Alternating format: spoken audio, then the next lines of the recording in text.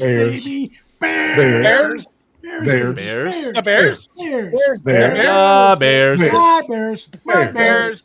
Bear down. The Bears. The Bears. The Bears. The Bears. FGB. FGB.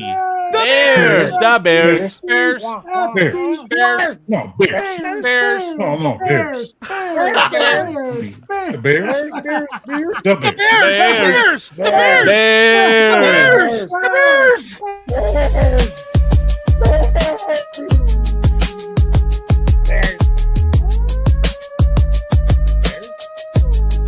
Yeah. You down with BCP? The Bears. You down with BCP? The Bears. The following content is intended for a mature audience. Only viewer discretion is strongly advised. Bears and bears. No bears. The Bears. The Bears. Yeah.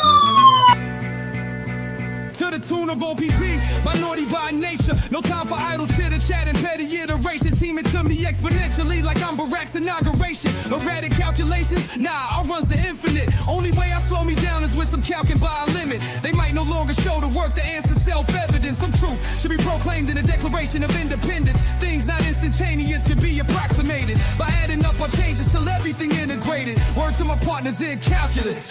Yo, you down with BCP? Yeah, you know me. You down with BCP? Yeah, you know me. Integral, grind exponential. You down with BCP? That's the way we rotate radiannually. You down with BCP? Down with BCP? You down with BCP? You down with BCP? That's the way we do things limitlessly. Yeah. You down with BCP? Yeah, you know me. You down with BCP? Let's blow. Switch the flow. Shift the tempo. BCP? Down with BCP? You down with BCP? You down with BCP? That's the way we do things limitlessly. Yeah. You down with BCP? Yeah, you know me. You down with BCP? Let's blow. Switch the flow. The Bears. The Bears. The Bears. Bears. The Bears. Bears. The Bears. The Bears. The Bears. Wow. The Bears. The Bears. The Bears. The Bears. Foster. Bears? The Bears. Bears. Bears. Bears. Bears. The Bears. Beers? Beers. Beers and the Bears. Bears?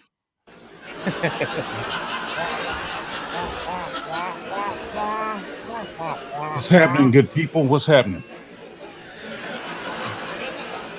Thank you. Thank you. Thank you very much. How you guys doing tonight, man? I just wanted to do something a little fun for the beginning of this show.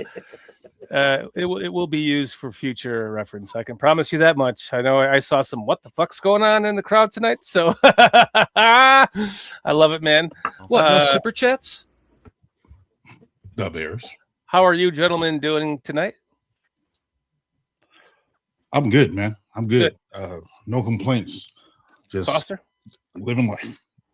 Foster keeps freezing up, man. I didn't even see any of that. I'm having technical difficulties. He's having Tecolote I'm having 8566 I'm gonna reset difficulties. this thing.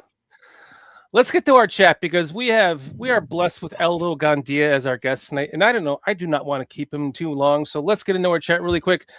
Armando, Rick, Roland Smikey, Cliff Victoria, our members. Thank you to our members. You guys are amazing. Tony Moy, Mr. Mayhem. Man, you are the shit, Mr. Mayhem, every damn week. Like totally since the first day, man. Thank you again, Mr. Mayhem, for being such a long supporter of us. John S 3316, thank you so much for joining us tonight. Jay Grizz, come on, help me out here, PJ. Chief Laterio. Chief Laterio. Lord Crimson. We got Cliff Victoria here, member for 15 months. Goodness gracious. What, no super chats? Richard Colby, 1962. Richard Colby, 1962. Wow, what, no super chats? Mikey, Armando 14 months. Lara Jr. Thank you for joining us, Armando. And say hello to your lovely wife, Patty. Great to see you here tonight. Speaker. Just had a really good conversation with Chad the other night, man, because best friend since he was 8 years old, just passed away out of nowhere, and We have it's a the great famous conversation. Hope you Aldo are well. Gandia in the chat as well. Aldo's in chat. Let's not keep him any longer because this man is he has far too much to be doing for the Barroom Network right now because he is killing it. Let's bring on. Down with BCP. What? No super chats? Aldo What's up, Gandia. fellas? Hey, Everybody looking good. Aldo, Bears. Bears, the Bears. I can't believe I was a part of that fucked up idea. Foster and I are like moving our eyes. We BCP. We BCP.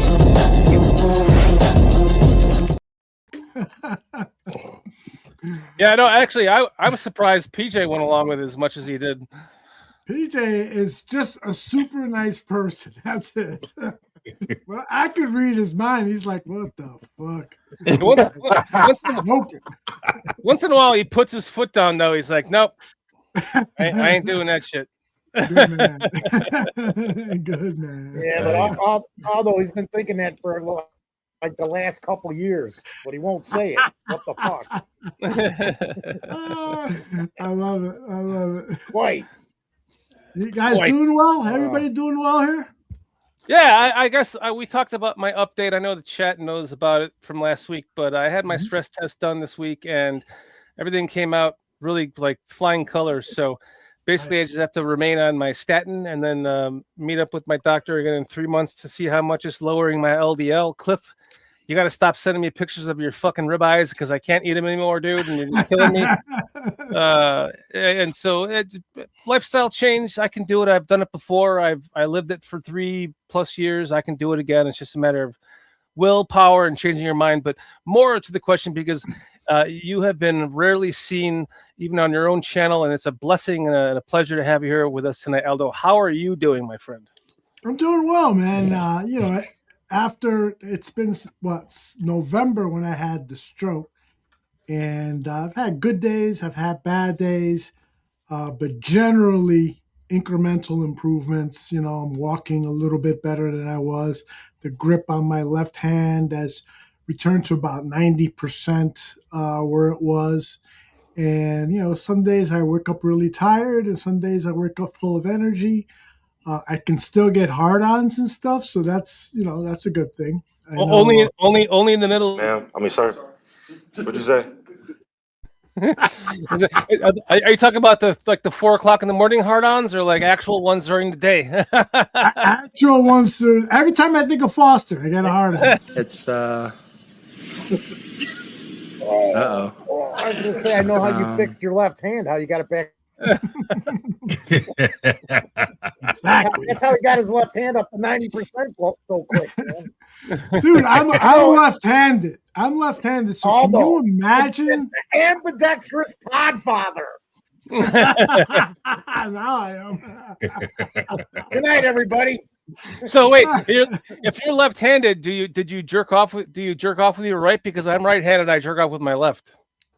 Well, I'm telling you, man, the older you get, at least for me, the older I get, the longer it takes for me to ejaculate. So it's a minute left hand, it's 2 minutes right hand. It's ambidextrous. Got to do it. Your wife's got to be loving that, though, huh? You're no longer the 2-pump chump. Yeah, exactly. I'll talk to you next week, okay, dude? Yeah, everything's good, man. Life is good. Can't complain. Good, man. You have been. I guess if we got to talk about masturbation, I guess we got to talk about whatever we got to talk about here, man. But Aldo, like you have. Does it say R.I.P.? What is that? Looks like it says R.I.P. right on Foster's. Oh, that's the inside of his coffin. I get it. Finally, we get to see the inside of Foster's coffin.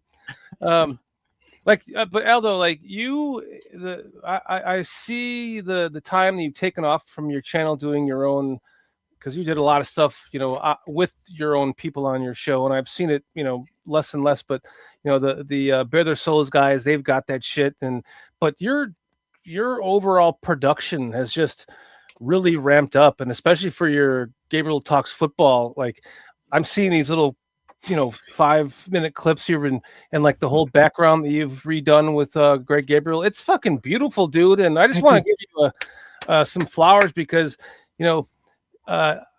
whatever, you've gone through some shit, and I know that you enjoy doing this. It's a passion of yours, and it's just getting better and better and better and better and better every single day. And congratulations to you for that, man. It's just, everyone needs to pay attention to what you're doing now because it is some good shit, bro. Thank you. I appreciate that. There are all sorts of great new tools out there. Every year there's new tools, but the ones that have come out in the last year, thanks in part to AI and some of the things, have allowed me to increase and improve some of the production from a visual standpoint. And you guys were the ones that turned me on to Suno, the music production thing, and I've been using that a lot. So this is basically in my blood. Since the time I was 16, 17 years old, I've been producing movies, films, videos. And so to continue it now that I'm in my late 60s and to be able to do it on some kind of partnership and using new tools has been fucking fantastic. Yeah, Cliff Victoria says, Aldo, you are good with AI, better than most. Like, I don't even know where do you get such wonderful toys? I keep asking myself. Like, you do pay for that stuff, Artificial insemination? Right? Yeah, I pay like about $15 a month for the graphic stuff, and I think and I think it's like $9.99 for Suno, the music production thing. So it's not too bad, YouTube.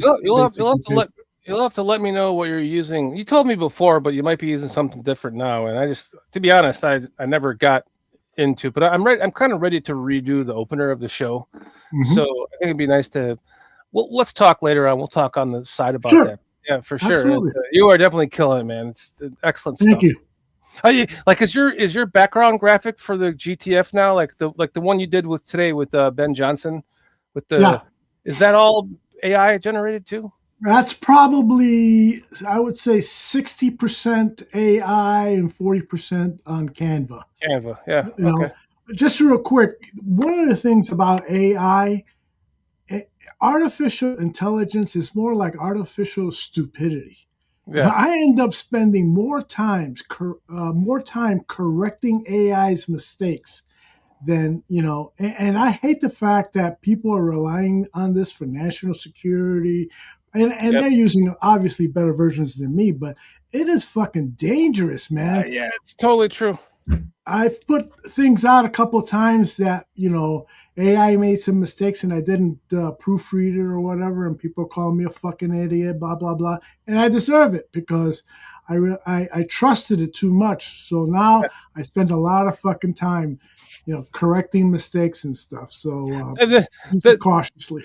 One of the best songs ever generated by Suno that I made. Where I didn't write the lyrics to it, but I just put in a couple of keynotes, and it pumped out this fucking beautiful, awesome song. And I was like, God, I loved it. But the song ended up being about fucking his sister, and I was like, "Are you?" I mean, honestly, it was literally about fucking his sister, and I was like, "Oh my God, I can't believe this did it." And that was before I saw the button to report this shit. But also. Here's another really interesting thing about Suno that Bearsky taught me, Aldo. You can take the first, say you generate a song, you can take the first, let's say 20 or 10 or 15 or 20 seconds of it, pause it, and then redo the sound to it. And then it will and then it'll like if you want to change it from rock to acoustic, it'll regenerate it for the next part of the song, and you can pause it again and regenerate it again. And because I told Bearsky about it too, and he's been making some killer shit on that, and he taught me about it, and I was like, oh my God, you can actually pause it and change it.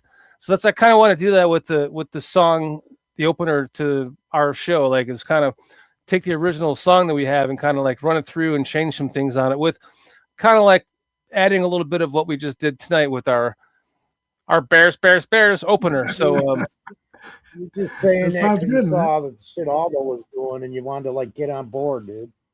Well, I mean, he's totally inspiring. You are so inspiring, Aldo. I'm like, Well, do you know with Suno too is that you can download the background music and the vocals on separate tracks, and so that allows you to play around with a lot of shit. Like I've done some tunes where the chorus is really fucking good, but everything else sucks. So I'm able to lift up the verses and just do chorus, long bridges of music, chorus, long bridges of music, and that's pretty fucking awesome. I did not know that, but I haven't played around with it for a while. But there's so many tools if you pay attention to it. Yeah, let's we'll get together and fuck around with it. Absolutely, man. But more I got a new importantly, hammer, man. I don't have to hammer anymore.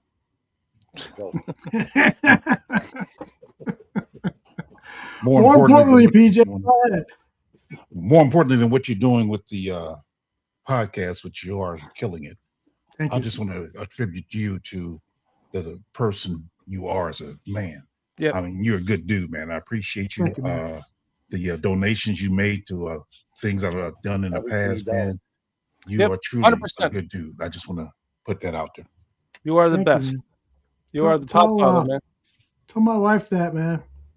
Yeah, I'd love to, but she will never get over me pissing on her. Hey, she's been out with her daughter all day today, and so I told her when you get home, I might be downstairs doing a show because I got invited to do a show, and she asked me whose show, and I wrote back Shorty. She goes, "Oh fuck."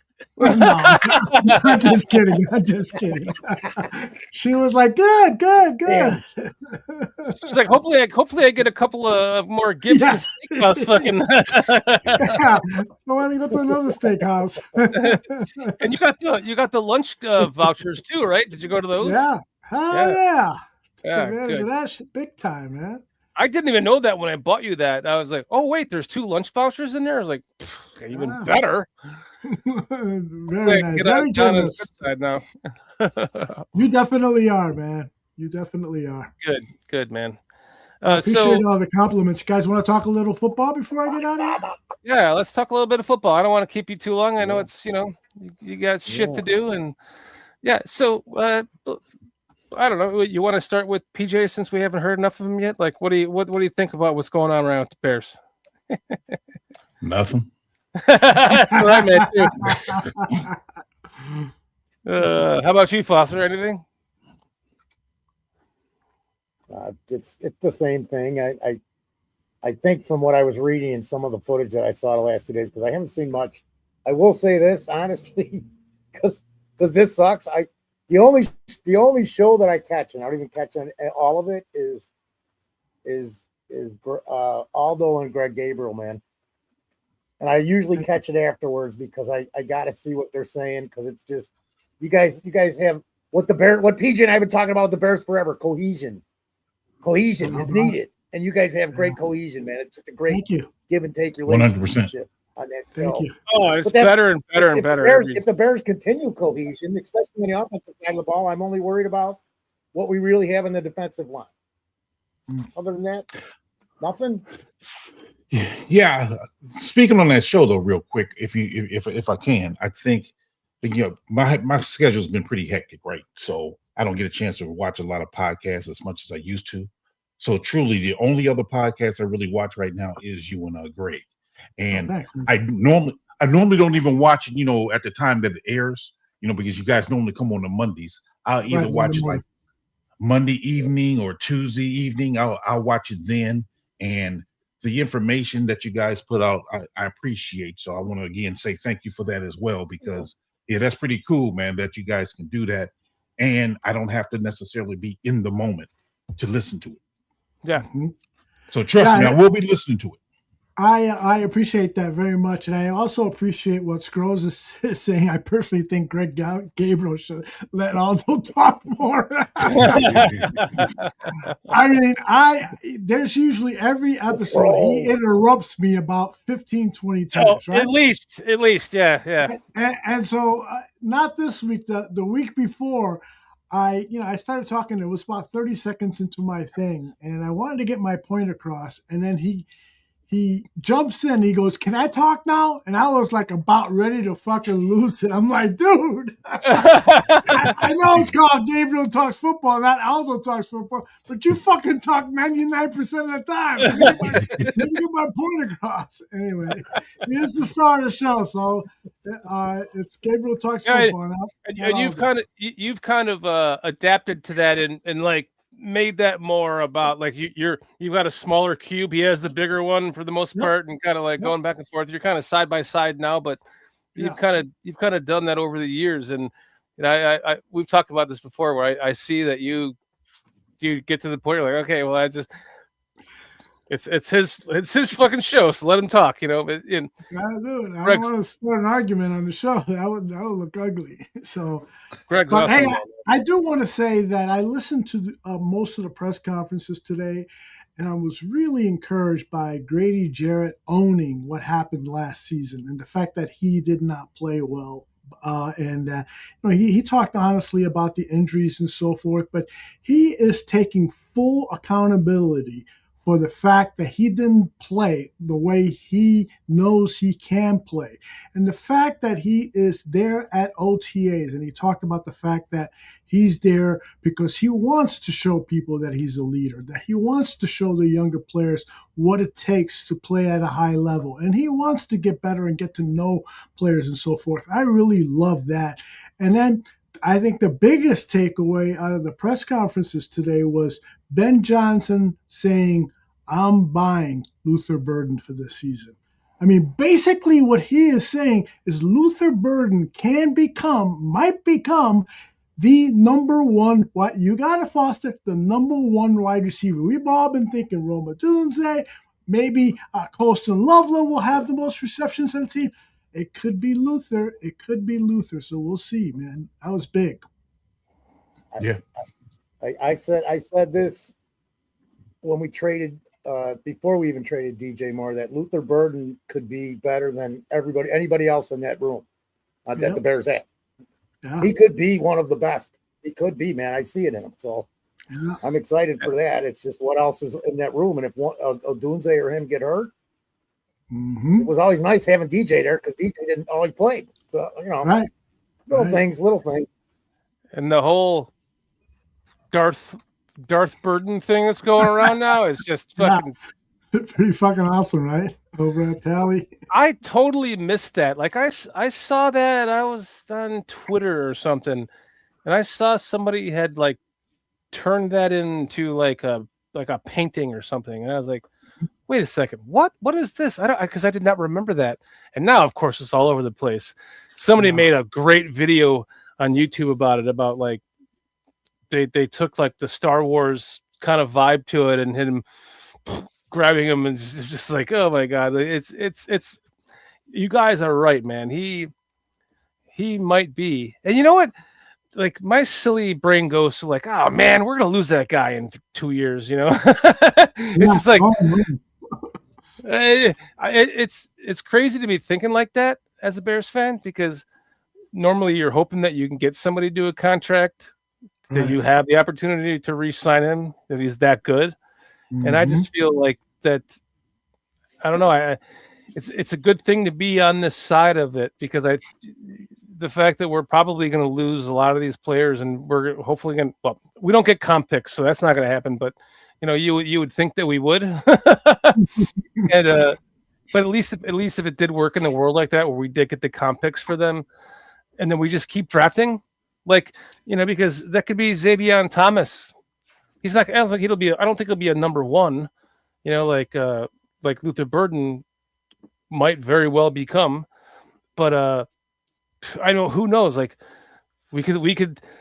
Roman Dunze could be walking because we drafted another receiver next year, and that's what I loved about this draft is they still went wide receiver, they went tight end. Everyone was shitting on the tight end pick. I'm like, I love that tight end pick, man, because with 13 personnel now is just, especially if you can put Xavier in the backfield. I've heard you talking about that a little bit, running back. Like if you put, I'm envisioning all the 13 personnel with Xavier Thomas in the backfield. And 4.28 speed. Can you imagine that? And then now he motions out, and now he's in the wing, and He's got 3 tight ends on the field blocking for him. Oh, get out of town, man. That's nuclear energy, man. That is nuclear energy. I'm super excited. And, the other thing that I'm excited about with Xavier is we did Monday's show. There was actually Tuesday because of Memorial Day.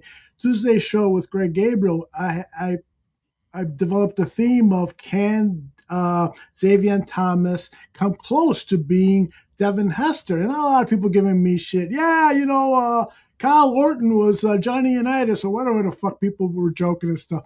But my point, I think, is legit. These guys have very similar size, weight. I mean, within 2 pounds of each other when they came out of college, 189, 190. Height, 5'11", 6 feet. Speed, Xavier, 4'2", Devin was 4'38" in his pro day, 4'1" in his comp day. Everything is similar. Yes, Devin was much more accomplished in punt returns in college, did more spectacular things. But what we might see, because of the new dynamic kickoff rules, is Xavier Thomas. Khalif Raymond is probably going to win the punt return job. But Xavier Thomas as the kick returner, running behind that basic line, 10 guys 10 yards in front of him, that guy could run back 2 or 3 this year, could have a 25 yard per carriage average on kickoff returns. He could be a monster. And then having him at running back, having him split on a wide receiver, this dude could have a really, really fun season for us this season. That was I actually got to see that show live, although, and the way you guys worked around that, because it came back full circle, and at the end, everybody's going, well, at the end, everybody, even in chat, they're going, well, it's possible. At the beginning, there was a little touch and go, but if you went, there was a lot of resistance. But then after the conversation, well, I guess it could happen. It could happen. I don't think it's that far-fetched, man, that this guy could be 2.0 at Devin. I think when you look at Xavier, go ahead, Pete. I think when you look at Xavier, and I think I can foresee Ben using him much like he used Jameson Williams in their offense in Detroit with the speed he has. So that's what when I saw that pick and saw the speed he has. And the speed that Jameson has, I'm like, that must be his piece for that. Yep, and Greg made the absolute right point. The number one thing of a returner's job is catching the effing ball, and we didn't see that with the guy's name that he has been banished from the site. We didn't see that with that particular player. He could not catch the ball. If Xavier, first and foremost, proves that he can make every catch, which is not easy, Greg really said it perfectly. That ball is up in the air. It's like a high pop fly. When I played baseball, that was one thing I had to play the infield because fly balls, I just couldn't do it, man. That ball's up there and I'm running towards it. Everything's going up and down, up and down. I couldn't do it. And I imagine catching a football is even harder. So I never returned kicks or anything like that when I played sandlot football. So go ahead. You also haven't caught a football from a guy that can zing it like Caleb either. Yeah. It's got to be very hard to catch that football. Oh, my gosh. He's got to throw it like 65, 70 miles an hour. I think Brett Favre was clocked at 65 or 70 miles. I think Caleb's got to throw it that fast. Oh, at least. Because that's one of the things I was watching somebody breaking down about him was it was the velocity of his ball, not the accuracy. Right. It was but the velocity behind it, and if he gets that tight spin on it, man, it's like it gets to you quick, and all of a sudden it's like trying to hit a 102 mile an hour baseball with a bat. It's like trying to catch that 75 mile an hour football coming at you. Can't be easy. Not easy, and especially if you're 10 yards away, which Caleb has had the problem of doing sometimes, not putting a touch on it, Right, getting them. They were dropped because of that. Yeah. We've got somebody here said, where was it? The Packers haven't won the division since 2021. It's the Lions, you fools. have to worry about. The Bears haven't beaten them in the last 5 years. Well, I bet the Bears haven't. I never heard of the Bears, but is that true? Have the Bears not beaten them in 5 tries? No. I think well, they didn't win last season. They were 0-2 last season. The year before they were 1-1. So no, that's not true. Based on my memory, they split the series in 2024. Eberflus's last season. I'm pretty sure on that. Coach. Where's that guy? The last 5 years. Split one time with him. Should have won them both. Yeah, you know what? The Lions are going to be strong this year. Because they've got a weak schedule, because they're returning so many guys, they're going to miss David Montgomery, but Jahmyr Gibbs is a special fucking player, man. He's gonna excel. But the problem is they've got no depth in the offensive line. As soon as one of the starters go down, it's going to be a siege. Jared Goff is going to be in big trouble. And they still have big question marks on defense. So the Lions, I know a lot of people have been picking them to win the division. I'm not seeing it. I think that the Bears, people are underestimating the fact that the Bears were just scratching the surface of who they really are going to become, and that we'll start to see this Bears team run on all cylinders, defense, offense, and special teams. By midseason, they'll be winning a lot of games. This is not a – hold on a second. I got to get ready for it. This is not a I'm not even going to get into that. I have zero thought. Coaching staff.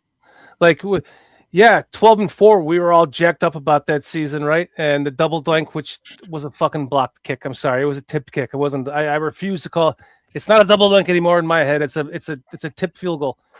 But we went into the 100-year anniversary after that, and everyone thought, we had the big conference, and all the ex-Bears up there talk about we're going to win it this year, and yada yada yada. And this is not. It's not the same thing with this coaching staff. It's just not. It's that was an actual foundation that was being built, that has been built.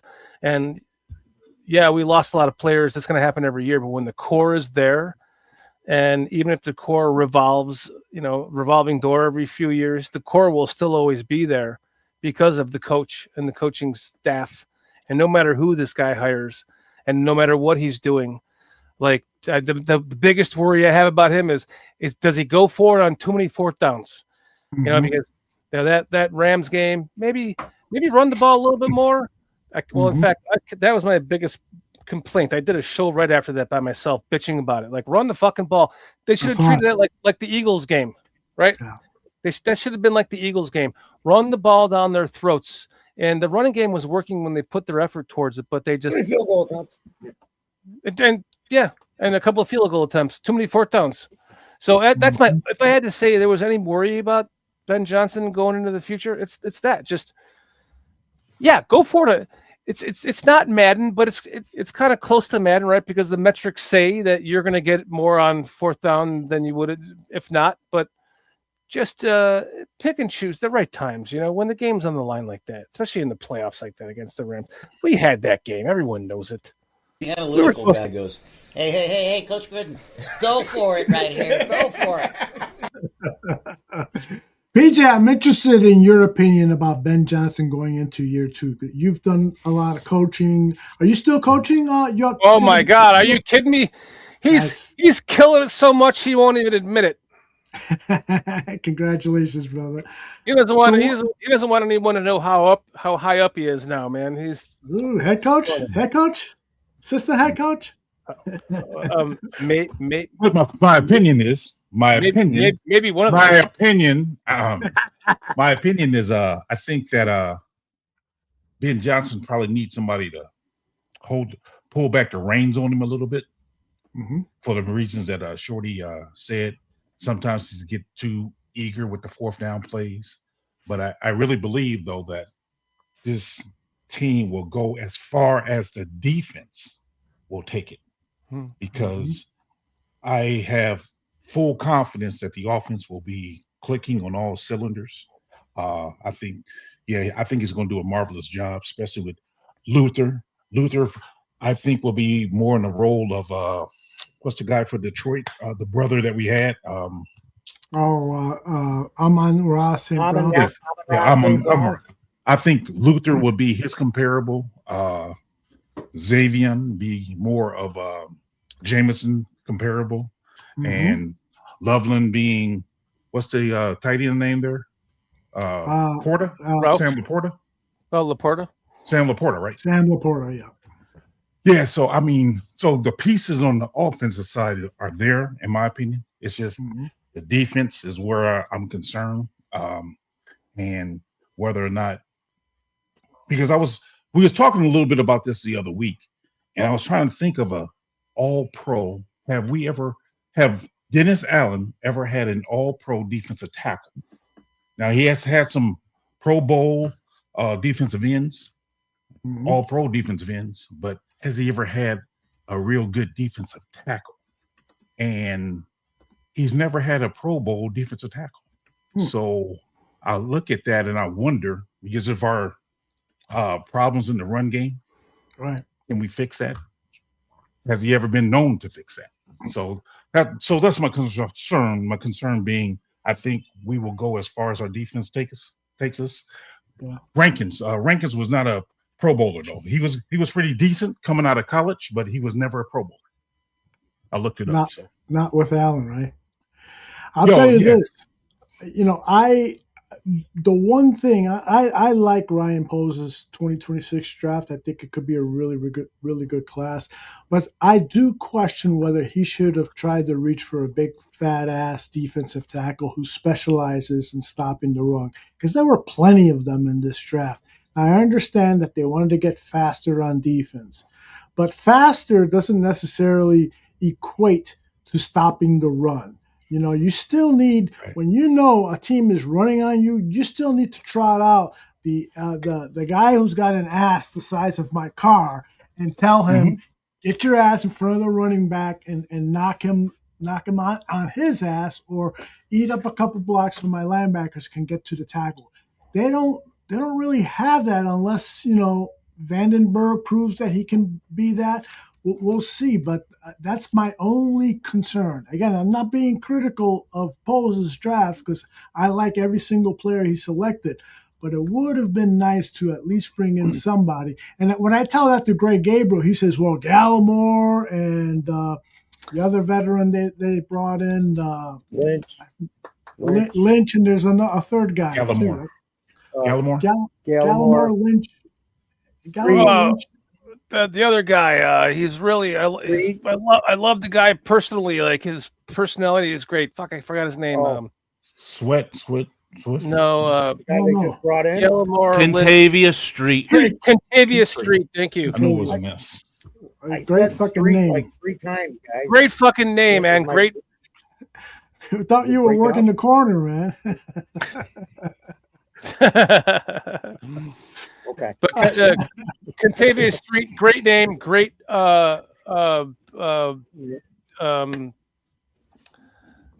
great personality. Like I get too attached to some of these players when I see their interviews, me too. Like Braxton Jones, just love hearing the guy talk, players like that. Like, so you kind of see over the years, you've seen who the Bears identify as personalities that fit with their organization, right? Because the Bears are very classy.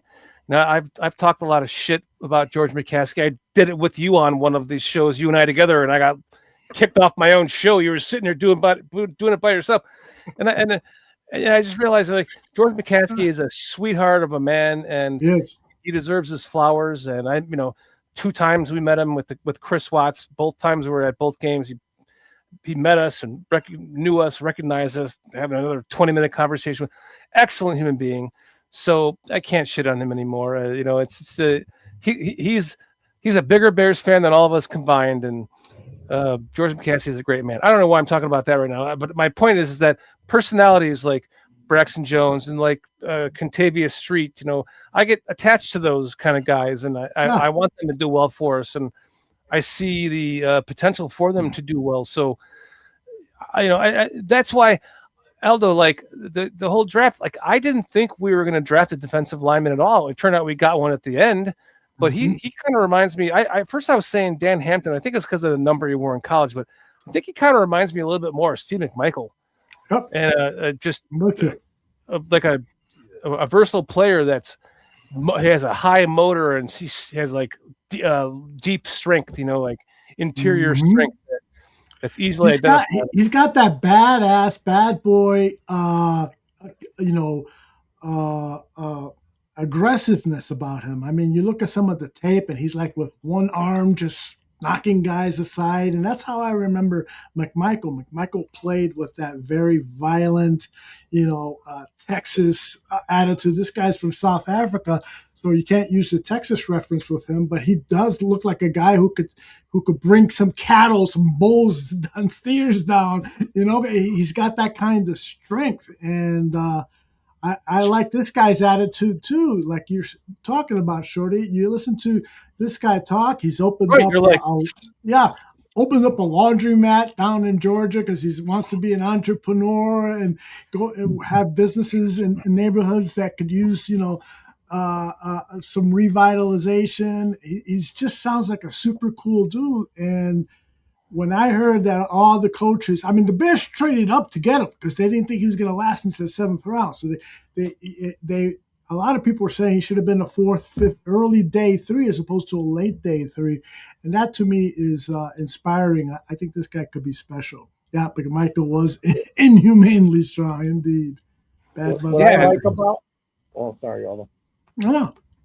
What I like about him is, and I noticed this right after we drafted Ozzie, the same thing with Vandenberg is he gets lower than the offensive lineman and his leverage is insane. And he's Peach. He's that one tech nose guy we've been looking for. I think they're going to ease him in just like last year. We'll look for this guy game 6, game 7. I just got a feeling. I said the same thing about Ozzie Trapillo when we were sitting here talking after draft, and I think somebody said, "Oh, we just drafted a backup right tackle," and I'm going, "No, the leverage. This guy was also a rugby player, and that leverage is key, man, especially down in those trenches. And I think we're going to be happy with this pick that we got him there. So, yeah, I'm big on that. Don't make fun of me, Foster. I think we should all be excited and hopeful that there's not going to be a letdown in the second year of Ben Johnson. I keep hearing all these stories about Ben, and one of the things that makes me so impressed with this guy is I guess he was down coaching with the Miami Dolphins, and he and Jarvis Landry, the running back down there, were getting into it, and he basically said, "You know what? If you want to get a gold jacket, you got to fucking work hard to do it. I'm going to get a gold jacket. I'm going to get a gold jacket." And he stormed out of the meeting because he was pissed off. He's telling his players, "I'm going to the Hall of Fame. I'm going to the Hall of Fame." And then the player who was recalling the story says the very next day, there was Ben, like he normally was, 5 o'clock in the morning, and the last guy to leave. And that's the kind of mentality. I'm sure, his wife is not too happy with that mentality that he has. But if you're in this job, these peak years when you're still a young man, you're going to have to make some sacrifices, and he's ready to make those sacrifices. I'm really, really happy that he's our Bears coach, man. Oh my God! And his wife is probably really happy with the $14 million a year. I guess. Yes, exactly. I wouldn't be surprised you somewhere is complaining about he's not spending enough time at home. Probably you're right. Somewhere. Before we let you go, Aldo, I just want the thumbnail of the title of the show is that the Bears are about to take the North because we see this. We're seeing the downward spiral of the Packers as we speak, and we saw it happen last year. We beat them in those last 2 games when they thought they had it, and they kind of did the same shit that they've been doing to us for all these years, and we did it to them twice in a row. Caleb Williams is 3-1 or 3-2 against the Packers? No, 3-1. 3-1. Counting the playoff game. 3-2. 3-2, yeah. So I just want what do you think about this the allegations that are coming out about Josh help me Jacobs. out. Josh Jacobs. Thank you. I know they're just allegations and all that, but they're pretty serious ones, and there's multiple counts of them, and we've seen what has happened with those counts. Like, if Josh Jacobs ends up getting suspended for any period of time this year, and now you're looking at Micah Parsons with a knee injury, probably not coming back until at least mid-season or later. Just like us with Ozzie Trapillo, a late season injury like that. What do you feel about the Packers and our position? There was a poll up actually. Second best team in the North: Lions, Vikings, or Packers. Lions was 72% from the poll. Vikings were 22%. Packers were 6%. Do you think this is like the beginning of the end of their? What do you want to call it? Like, I was talking to somebody about this living here because I wear my Bears hat everywhere, and I just today I went to the Ford dealership to get a part, and they see my Bears hat. Next thing you know, I'm talking about the Bears for 40 minutes with people there. And only one of them is a Bears fan. There's 4 of the guys working in the service department. One guy's a Bears fan. Everybody else is like, I can't get away from it. The Bears are nationally being recognized right now. I think that goes a long way with the NFL recognizing them, giving us some of the calls. Like, we got a lot of calls in these last couple of Green Bay games that we would not have gotten in the past. What do you think this bodes for, the future of this rivalry with now Josh Jacobs getting this? Let's just say he's convicted on all of these charges and he's suspended for an entire year. They don't get back their edge rusher that they traded for another half the season. Where are the Packers? How does this rivalry stand to you now? Or is this something that you're worried about still? I'm not worried about it at all. I think that the Bears have the Packers number, and I think that Ben Johnson deserves a great deal of the credit because he did the same thing. I was, in my mid-20s when Mike Ditka was the head coach of the Chicago Bears. And so I remember it like it was yesterday, how he created hatred against the Packers. And the Packers gave it right back with dirty play, with the things that they said and so forth. And that is really important when you have a rivalry. You set the stage, the head coach, meaning the head coach, he sets the stage by saying things like, I don't like those guys, F Green Bay, and so forth. And then going out there and proving it by not shaking hands with the guy and taking that extra tough attitude, not being unsportsmanlike, but just really demonstrating that you want to beat their ass, not only with your words, but you also with your deeds. And so I think that we've turned this stage now where we were coming off that era where the Packers did figuratively own the Bears. Thank you, Aaron Rodgers. You were right. You won so many games at Soldier Field and so many games against the Bears for about a 10-year period. You guys did own the Bears. Now I think it's changing because we've only seen the beginning of what Caleb Williams will become. We've only seen the beginning of Ben Johnson's creativity and head coaching style. We've got a roster filled with young players, and the Packers are trending down. Not only the problems with the law with Josh Jacobs, but there is a growing discontent with Jordan Love, their quarterback. Can he do the right thing in playoff games? He's had a lot of miscues. Jordan Love has.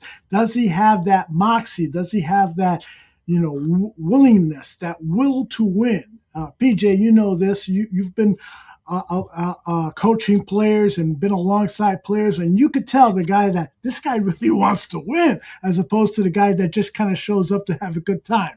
Jordan Love is more towards that other one than the will to win, the Michael Jordan thing. That's what he taught me the most as a fan of the Chicago Bears, is that and Walter did it too. Their will to win. I mean, these guys will cry when they win, when they lose, because it means so much to them.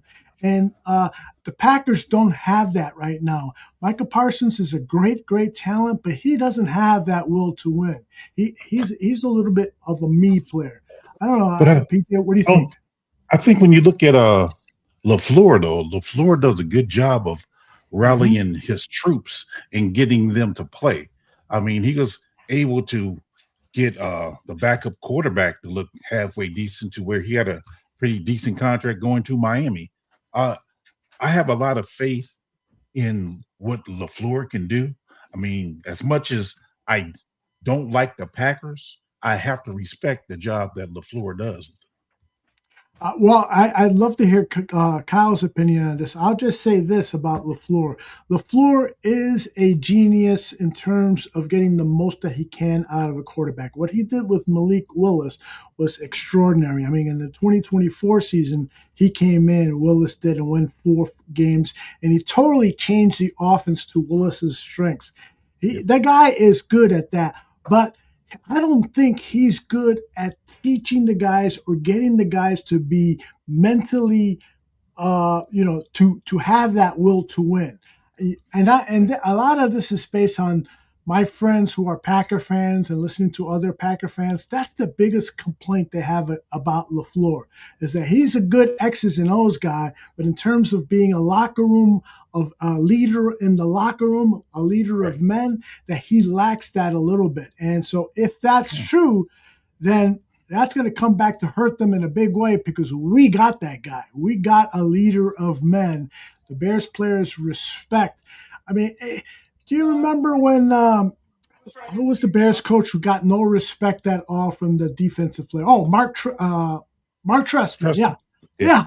I mean, he got no respect. Lance Briggs is saying on the day before practice starts, "Hey, I want to go to San Francisco for the opening of my barbecue restaurant." And he actually had the nerve to ask that. And Trestman actually had no balls and said, "Okay." It's like, no, dude, I'm sorry. Yeah. You're a veteran. You need to be here. So, right. I don't know. I think you're totally wrong. No, I think you have a valid point. It's just that as many pitfalls as Green Bay seemed to have had, they still managed to make it to the playoffs. Yeah, they still managed to put a pretty decent product on the field. It's not like we blew them out. I mean, there was pretty tough games too. So I have to give them. I give them their props because LaFleur is putting them in that position.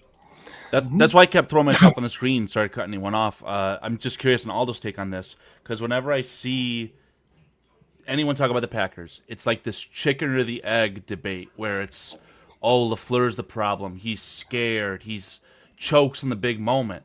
But I don't see anything from that quarterback that impresses me. Not one thing.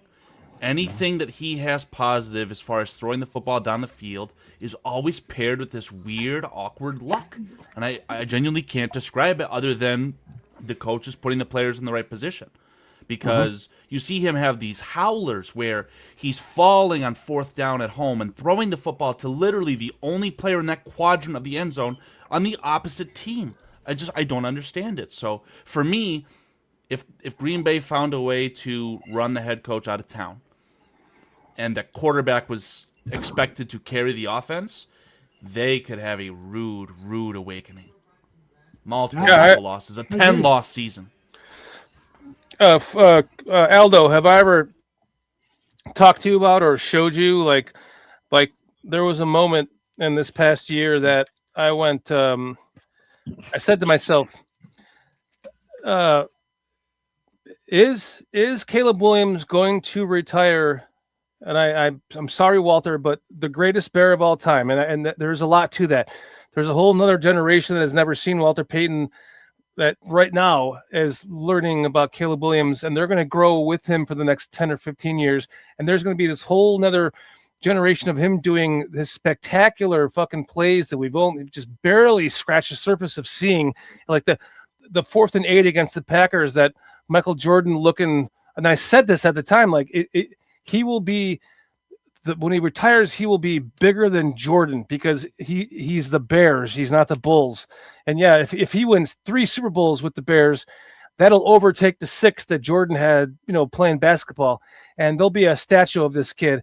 And so I said, when he retires, I said to myself, when he retires, will he be thought of as the greatest Chicago Bear of all time by the majority of the people that are alive at that time? The answer is yes. So that's why I started, back in the day, I was buying football cards. In 1984, I started buying football cards. And if I would have just started buying basketball cards and I had a handful of Michael Jordan rookies that I could have just had graded and traded, sold, and I wouldn't even be here right now. I'd be on a fucking island, right? Like at my own island.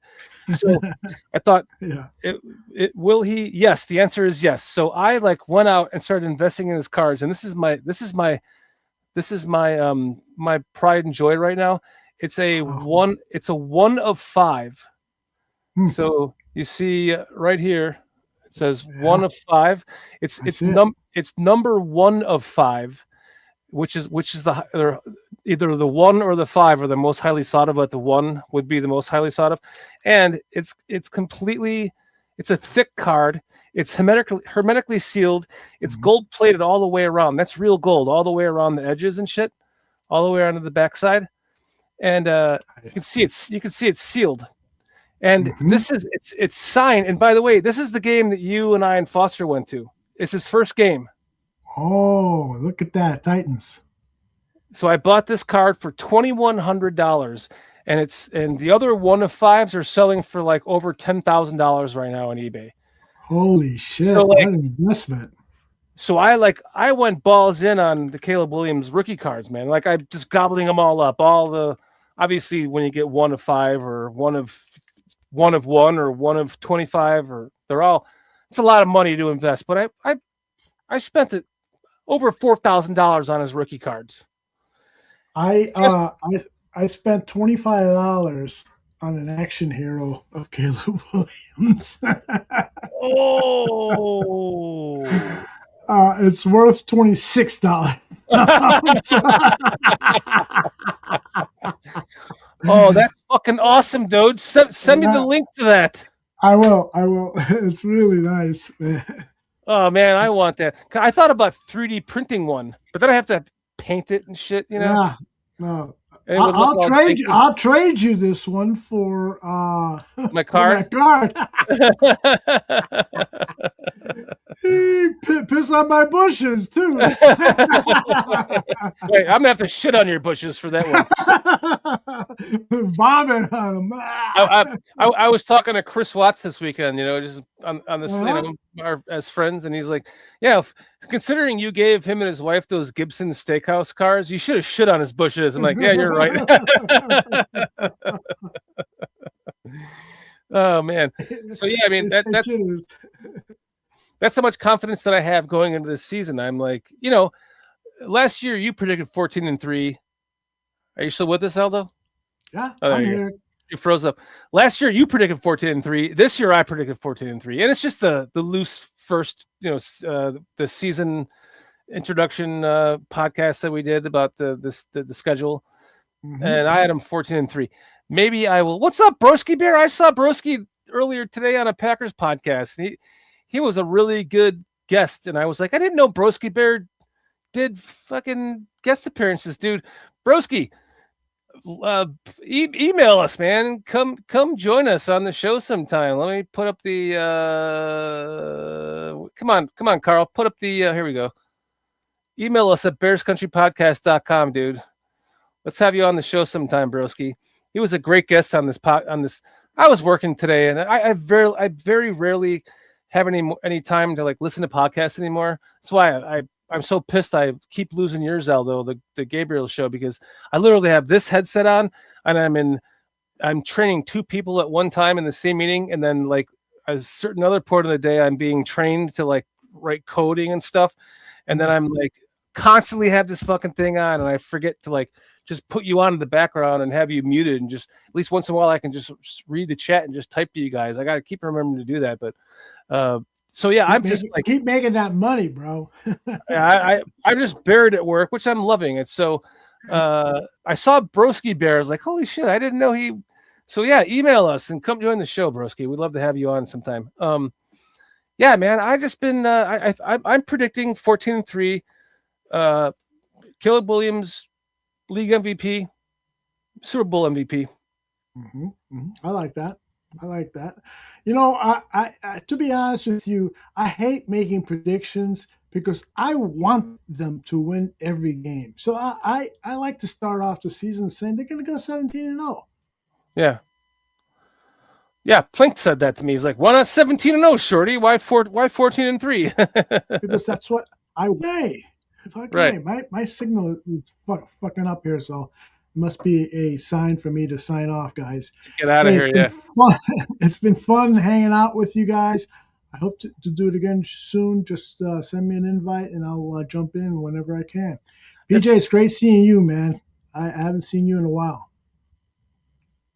You're muted, PJ. Can't hear you, PJ. I appreciate you, Aldo. Appreciate all you do, man. Thank you, man. Appreciate it. Yeah, man.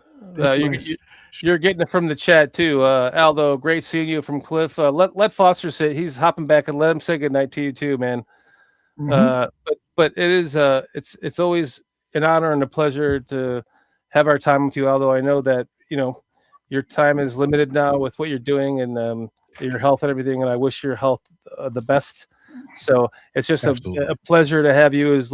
I know we kept you a little bit too long tonight, I'm sure, but it's always a pleasure talking with you, man. We love you, Podfather. You are the reason why we are here, and we love you with the bottom of our heart, man.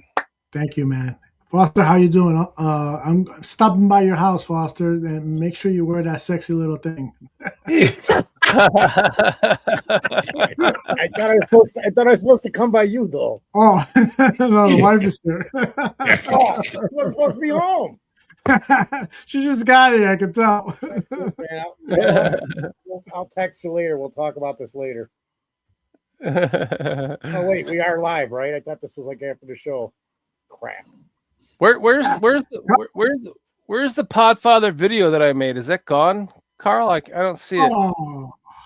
We should send you off with your Podfather video. I mean, Shorty uploaded that video, and everyone was like, "Oh my God, is Aldo dead?" It was morbid, man. Me and PJ agree it was very morbid. So the intention, the thought was there. I get it, but I removed it from the studio. I'm pretty sure. We didn't want to send the wrong message. I felt terrible about it. I'm like, oh my God, you're right. It seems like he's dead. Every single comment I saw, it only took 30 minutes. 30 minutes. Every comment. Is he alive? What happened? What did I miss? It was very bad. Yeah, I text you, although I'm like, dude, I'm so sorry. Should I pull this? You're like, no, it's fine. Hey, why did you play it like 12 times in a row then? Because I thought it was an awesome like little ode to the Podfather, man. Plus, it was like the game that was Caleb's first game, and like Aldo Foster and I were watching going the wrong way.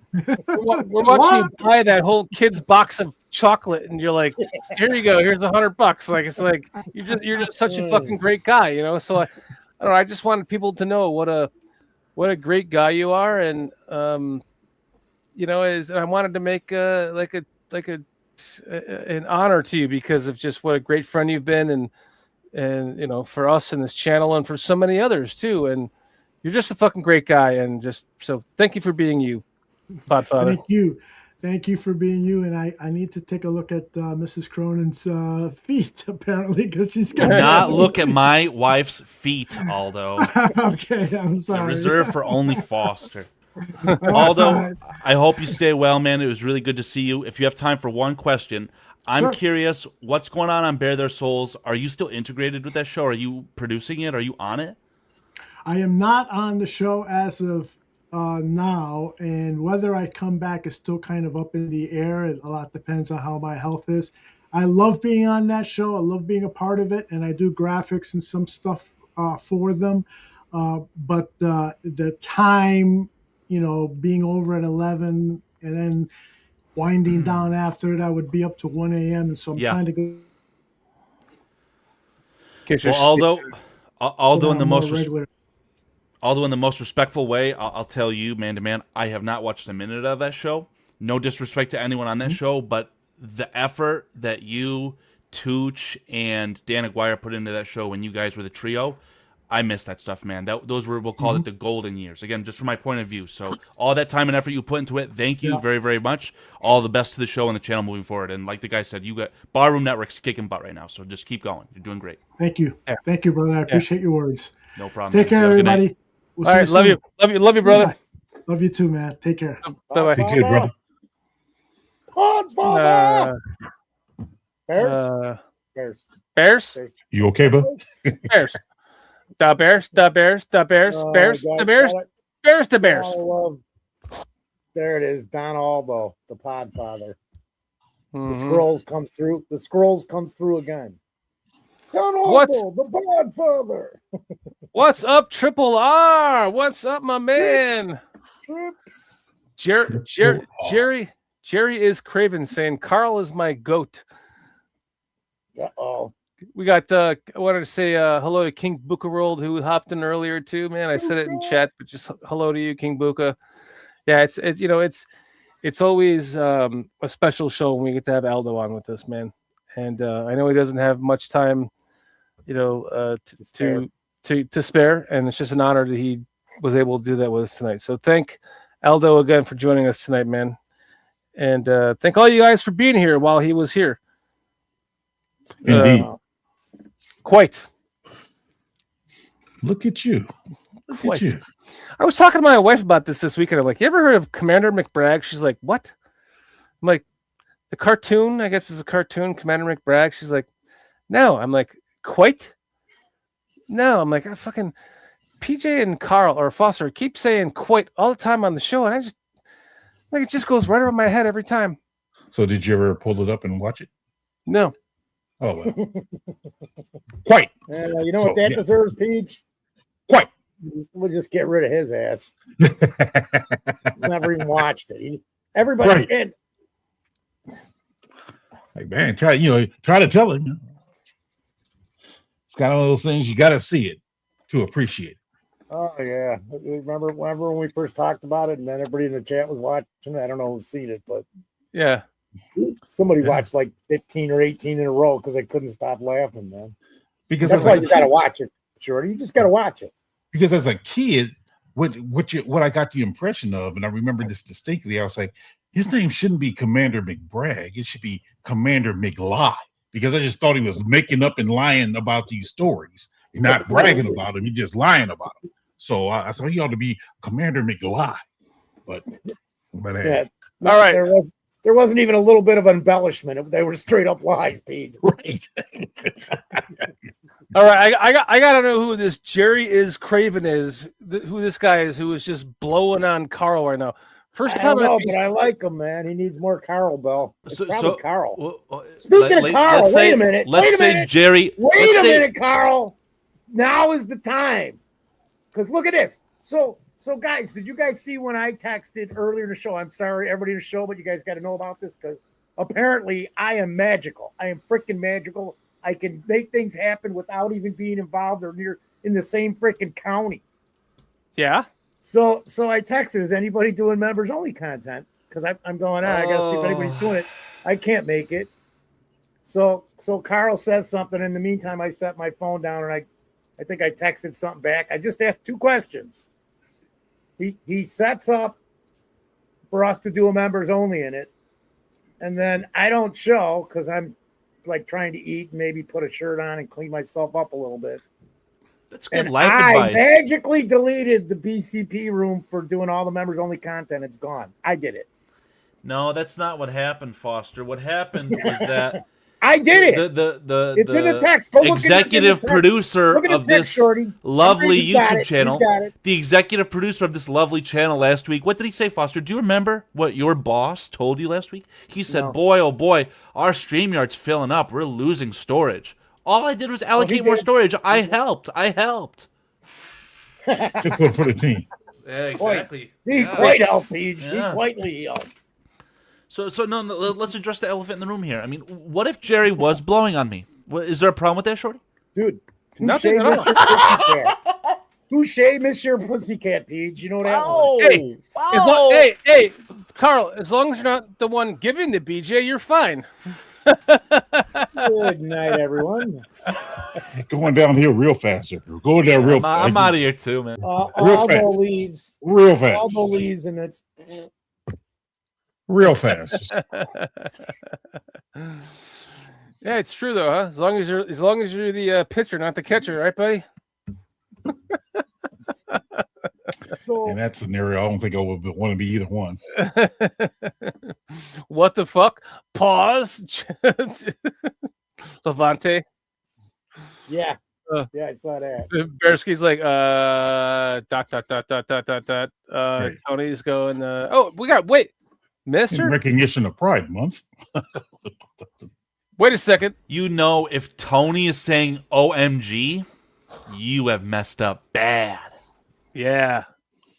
But hold on. PJ, we got a minister setting. Ready? Minister Charles Johnson. What's up, Minister? What was that TV show back in the day where you say, you can call me Johnson? You can call me Ray. You can call me Jay. You can call me Ray J. Johnson, but you doesn't have to call me whatever. I don't remember it now. Yeah. But I remember it each. I remember it. Wait, Carl, I want to get back to this Jerry is Craven guy. Oh. I notice he's a Packers fan, so Who? are you saying that you have a Packers fan blowing on you? What's going on, man? Is that true? That's breaking news to me. How he's a Packers fan? Is that not? He's wearing a cheese head. Oh, come on, buddy. That's some AI slop. It's a guy who's sad. It's spinning. It says wheel of excuses. It's so small I can't even see it. Wheel of excuses. It says no love, no Parsons. Bears are dirty. Bro, it says the wheel refs, of excuses. NFL is rigged. 2 injured. Carl bring up knows the past. too much. In reference to what was that movie with Robert Downey Jr.? Never go fool Michael Sam. Michael Sam. What movie was that? He didn't say those exact words. He said, "Don't go full retard." But permission to add that to the soundboard, Captain. no. Well, you might Tropic Thunder. There you go. Thank you. Oh, Tropic Thunder. Yeah. Oh, wait. So, as a black man, what do you think about him playing blackface in that? It's complicated. I'll put it like that. Because he wasn't really. When are we going to talk about OTAs, gentlemen? Because I have this lovely video presented. Maybe we could watch it while we talk about OTAs. Maybe something. Yeah, let's talk about Bueller. Oh, we're just mesmerized by the Chicago Bears Twitter footage. Hey, wait, hold on. Bears. Bears. The Bears. Bears. Bears. Bears. Bears. Bears. The Bears. The Bears. Oh, Bears. Bears. I thought we traded him, man. The Bears. Oh, Bears. Let's see another pass from Caleb. It's all highlights now. It's just the little YouTube video or the Twitter videos that they've released in the last Okay, let's days. replay it. I want to watch my bucket list quarterback throw some more passes. Very interesting. And I had to hit him with the 7 seconds, so you don't get the full clip. You'll have to watch the full clips on Twitter. The Bears. No, I said Bears. The Bears. Bears. Bears. Bears. Bears. You know what? Listen, Bears. I'm gonna be honest, okay? Because I have to. This is what I've done my whole life is judge quarterbacks because I've always been looking at quarterbacks in every fucking draft until the last one my entire life. The one thing I don't like, though, I love. Let's not get anything misconstrued here. This is my bucket list quarterback. I love him. I just wish he wouldn't pat the ball. I'm seeing him patting the ball on a lot of passes, and I'm noticing it in games I'm rewatching, courtesy of Bearski Film, because that's all I watch is Bearski Film highlights now. I'm seeing a lot of patting of the ball before he throws it, and I just don't like that. You project where you're going with the pass before you do that. Somebody posted a video on Twitter, side by side of the Raiders' new quarterback throwing a pass, and then side by side with what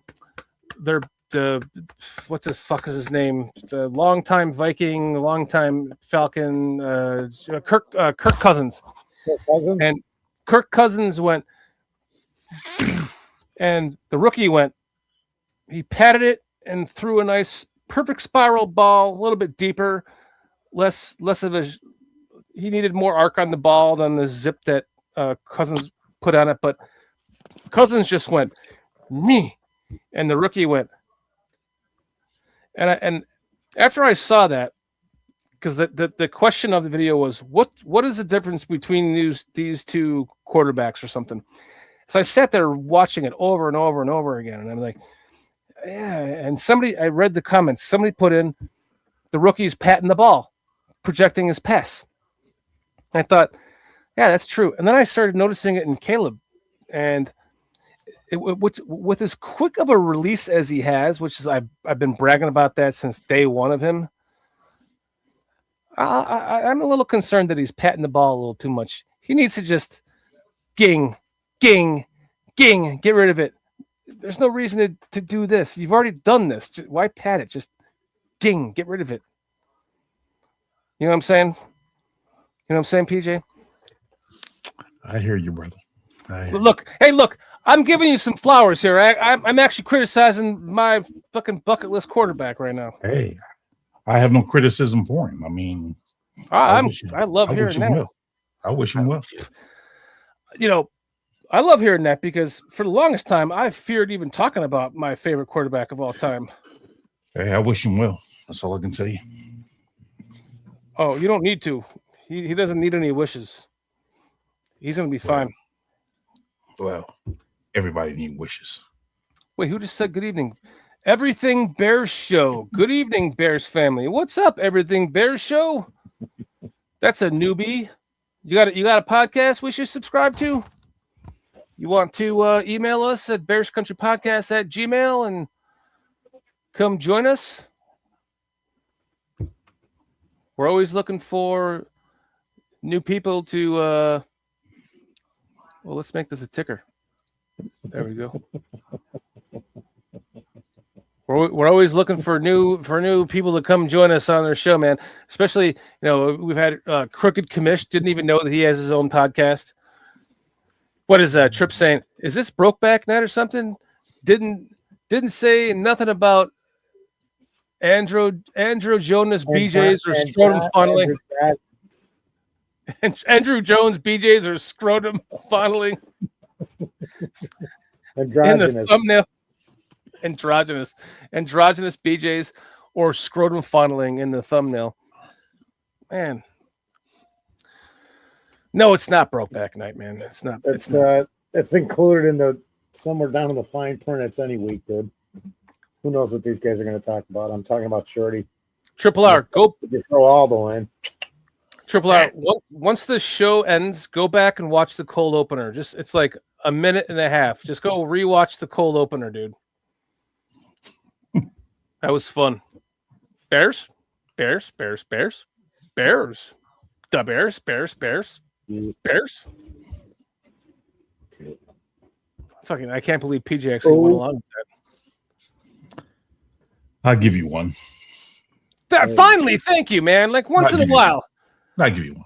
I know. If you said no to that, I was like, that's it. You're kicked off the show. Yeah. So wait. Yeah. So when are you officially kicked off the show for a while? Like, I know I probably talked to you about this 18 times, but yeah. And we won't make it 19. How about that? Let's make it 20, but 19 will suffice for now. Nah. How about I write this shit down? Nah. So, I mean, what's been happening with the training? I mean, OTAs anyway. Any word or, what are the beat reporters saying or anything? I mean, I read an article today, and it was regarding the apparent continuity of the offense. They're not stumbling out of a huddle like they were a year ago in OTAs, and so that's a good sign. Because Peach, how long we've been talking about continuity and knowing the guys around you? I think since as long as we've been sitting here, we've been talking about it. Yeah, I'm wondering how the offensive line looking. Well, that's any words? Nothing direct on like left tackle position that I've read, and I've only done reading. I didn't get to see any film, but it was all fluid movements. Basically, things are copacetic and the chemistry's right, but it's early, and that's a great start coming in like that right off the bat. That each guy knows what he's supposed to be doing, Right. It hasn't been like that on a regular basis Anywhere in the center in position. the OTAs anywhere in the last 3, 4, 5 years. I mean, okay. Well, PJ, how much can you read into offensive line play right now? It's just. I mean, you want to look at like the fluidity of the movements, because if you're running a zone scheme, are they moving in unison? I mean, as one. I mean, those are the things you want to look for. Again, yeah, you can't see whether or not Braxton Jones is anchoring right now or anything like that, but the center. I mean, center to quarterback exchange. How is that working? And is he getting the ball out quick enough, being the center, and getting in his blocking sets quick and smooth? I mean, those are the things I was wondering. Are they saying anything about? That's a great question. I'm reading right now that Johnson praised Caleb Williams' progress in his role, helping lead a much smoother operation during OTAs in year 2. Also had high praise for Luther Burden. And then it says, let's recap what went down during the second day of Bears OTAs, from Caleb Williams' impressive deep balls to rookie Xavier Thomas's speed to notable depth chart updates and what we learned from Wednesday's practice. Caleb Williams impresses with his deep throws. Okay. At this time last year, Williams' struggles were very early on in year 1 in Ben Johnson's scheme. But year two is an entirely different story.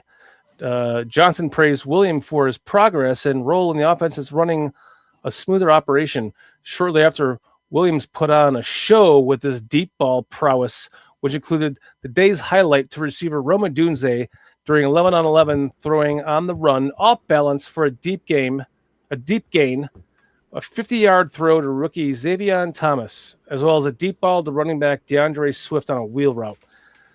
Those are exciting. Good. Where did you read that from?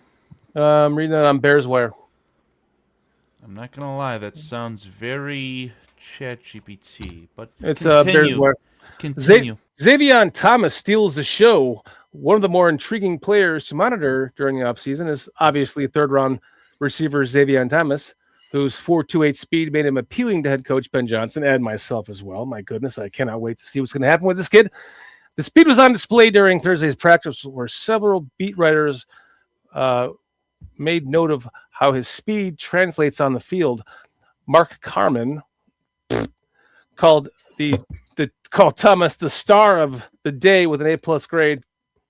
Anything that he has to say, where he singled out his speed on a 50-yard plus reception from Williams on the left sideline, beating cornerbacks Tyreek Stevenson. Other things to note: Braxton Jones starts left tackle. Dylan Thiedemann gets second team reps. Ooh, interesting. For what it's worth, Jedrick Wills. Ease him in. Don't hand it to him. I saw some questions about Jedrick Wills. For what it's worth, Jedrick Wills did not participate in team drills. Hammond also noted that the first-round rookie safety Dylan Thiedemann was working with the second-team defense during Thursday's practice, and it's unlikely he will change very soon as the young defensive back works through the offseason program. In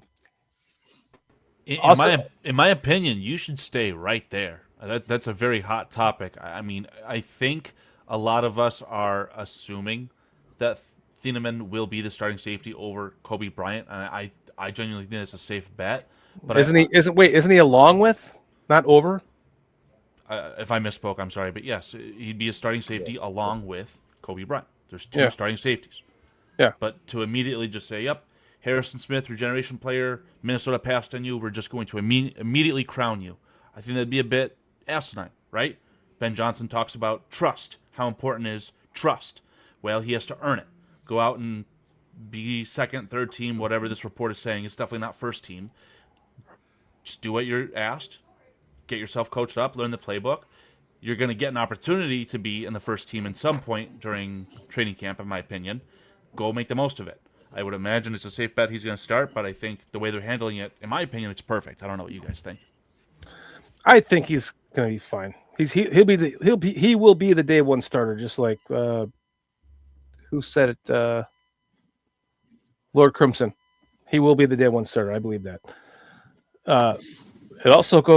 This article also goes on to say that Austin Booker is bringing the pressure for a Bears pass rush with much to be desired. It's always nice to hear about notable pressure, even in these non-padded practices. Montez Sweat wasn't present in the OTAs. It was third-year pro Austin Booker who shined as a lead edge rusher, according to Zach Pearson. Booker brought pressure off the edge on quarterback Caleb Williams to force him to scramble outside the pocket, where he did wind up delivering the highlight of the day throw to Roman Dunze on a scramble drill. But it's always nice to hear an edge rusher mentioned among the positive highlights, which is true, because this is what I was talking about. Not that I know what the fuck I'm talking about, but this is what I believe, that they had belief in Booker in turning the corner this season. Injuries aside, he was playing well when he came back, and he got better and better and better as the season progressed into the playoffs. He was playing better and better and better. So that's why I think that people are overlooking the fact that we have Austin Booker on the team, and not to mention Shamar Turner coming back. I think that that's something that we need to be looking forward to and not looking against. I think those two players are going to make the difference on this team, and I love this article that I'm reading. Anything about that, guys? I had something, but I forgot because you went on so fucking long with it. I'm kidding. All right, next thing. Like to stroke my pussy, darling. Oh God, I miss DVD. No, I think hold on. Yeah, go ahead, Pete.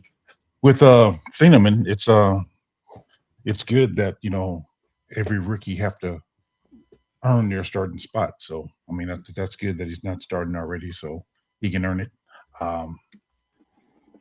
I guess the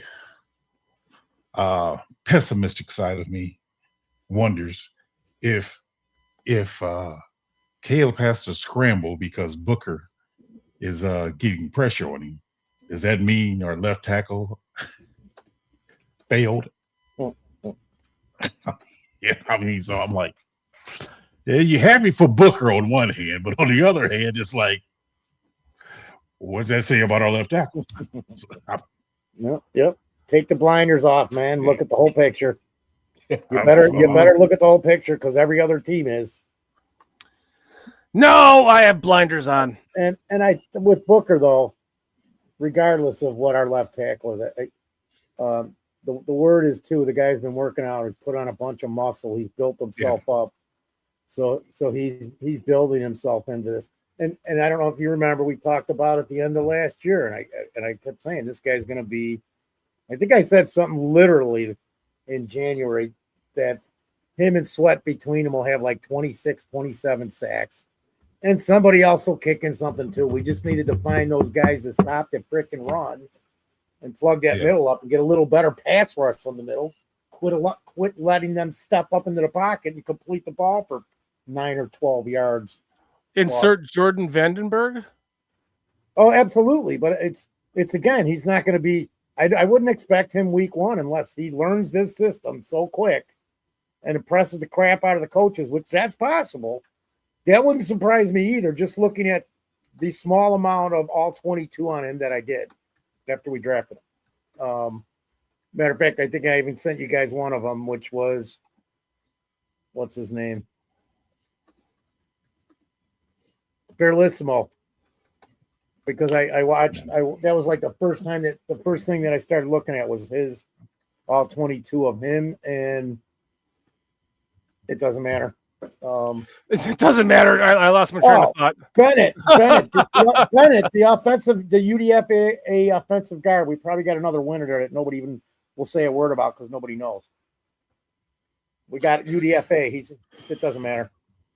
Barrett? Yeah, I don't know. I just think that when it comes to our defensive tackle situation, I can't help but go back to as good of a defensive coordinator Dennis Allen has been.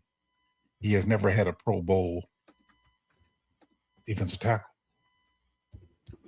I mean, he has some good edge rushers, Cam Jordan, Von Miller, Khalil Mack. He has some good edge rushers. Wait, isn't Cam Jordan a interior defensive lineman? Does he not need him in his system? But no, he's a left defensive end. So he had some good edge rushers, but he's never had a good defensive tackle that shined within his system. So that's concerning for me. Stu Dog, what's up, my man? Thanks for joining us. Great to see you again, my friend. I can understand your concern with that, PJ. So absolutely, is it? And then when we didn't address it the way I thought we should, because we basically just replaced Gallimore with from Billings that we had.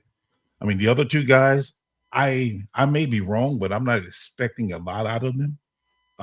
So I'm kind of concerned about the run game. And as far as the pass rush goes, defense. As far as the pass rush goes, I think that we still need a third defensive end. Yeah. You have Sweat, you have Booker. Deo's coming off an injury. You don't know what you have in him. Yeah. I'm not a big fan of Turner being an edge anyway. I don't think that's his real position. So I'm concerned about that. So let me wait real quick, and then you can go, Carl. I think the biggest issue with that is the money they spent on the defense last year. Before they did what they did, they were the fifth highest paid, and it wasn't. So they'll probably add somebody if the opportunity is right. I would look to, as my sleeper, those guys, Lynch, and they're going to have to find somebody. They're still going to have to find. We need another piece in there, maybe two. Agreed. Foster tried. He started to steal my thunder on this. So the Bears recently brought in a guy who I actually think is a really useful utility player for a very championship contending roster in the Bills formerly, AJ Epinesa. Yeah. They brought him in as like a tryout, or I don't know exactly the ins and outs of it. But again, names like that are being thrown around. Everyone's talking about Von Miller. But the name that I think this player's still available, and we just mentioned him a second ago, Cam Jordan. How do you guys feel about Cam Jordan being brought in and essentially playing the Tano Passanio role from last year, where he comes in, plays, maybe even starts 4 games for you, and then once those guys, Deo and Shamar, actually fully return from their injuries, he's either, a bench guy, cut, I don't know what they would do, but essentially he becomes null and void at that point. Oh, he won't get cut. If they start him off at the season, they won't cut him because Tano Passanio was, I think he made the 53-man roster last year, and I think he was essentially their third defensive end because Austin Booker was injured, right? So he was asked to play, and I remember him playing that first 4 weeks, and obviously the Bears lost 2 of those first 4 games. At some point, I forgot when it was, Passanio was just simply, cut out to dry. He was cut. No, what I'm saying is because Cam Jordan's a vet. Once he plays that first game, his salary is guaranteed for the year. Well, how much are you going to give a guy like that? The type of money, I don't know. He had 10 plus sacks last year. Cam Jordan. Yeah, Cam Jordan, I believe. So they're talking like 6 I thought I said that he had like 10.5 contract for him. Yeah, you're absolutely spot on, PJ. 47 tackles, 32 of them being solo, 10.5 sacks, and 2 passes defended. So that's. Are we going to spend 7 or 10 million on him, though, Peach?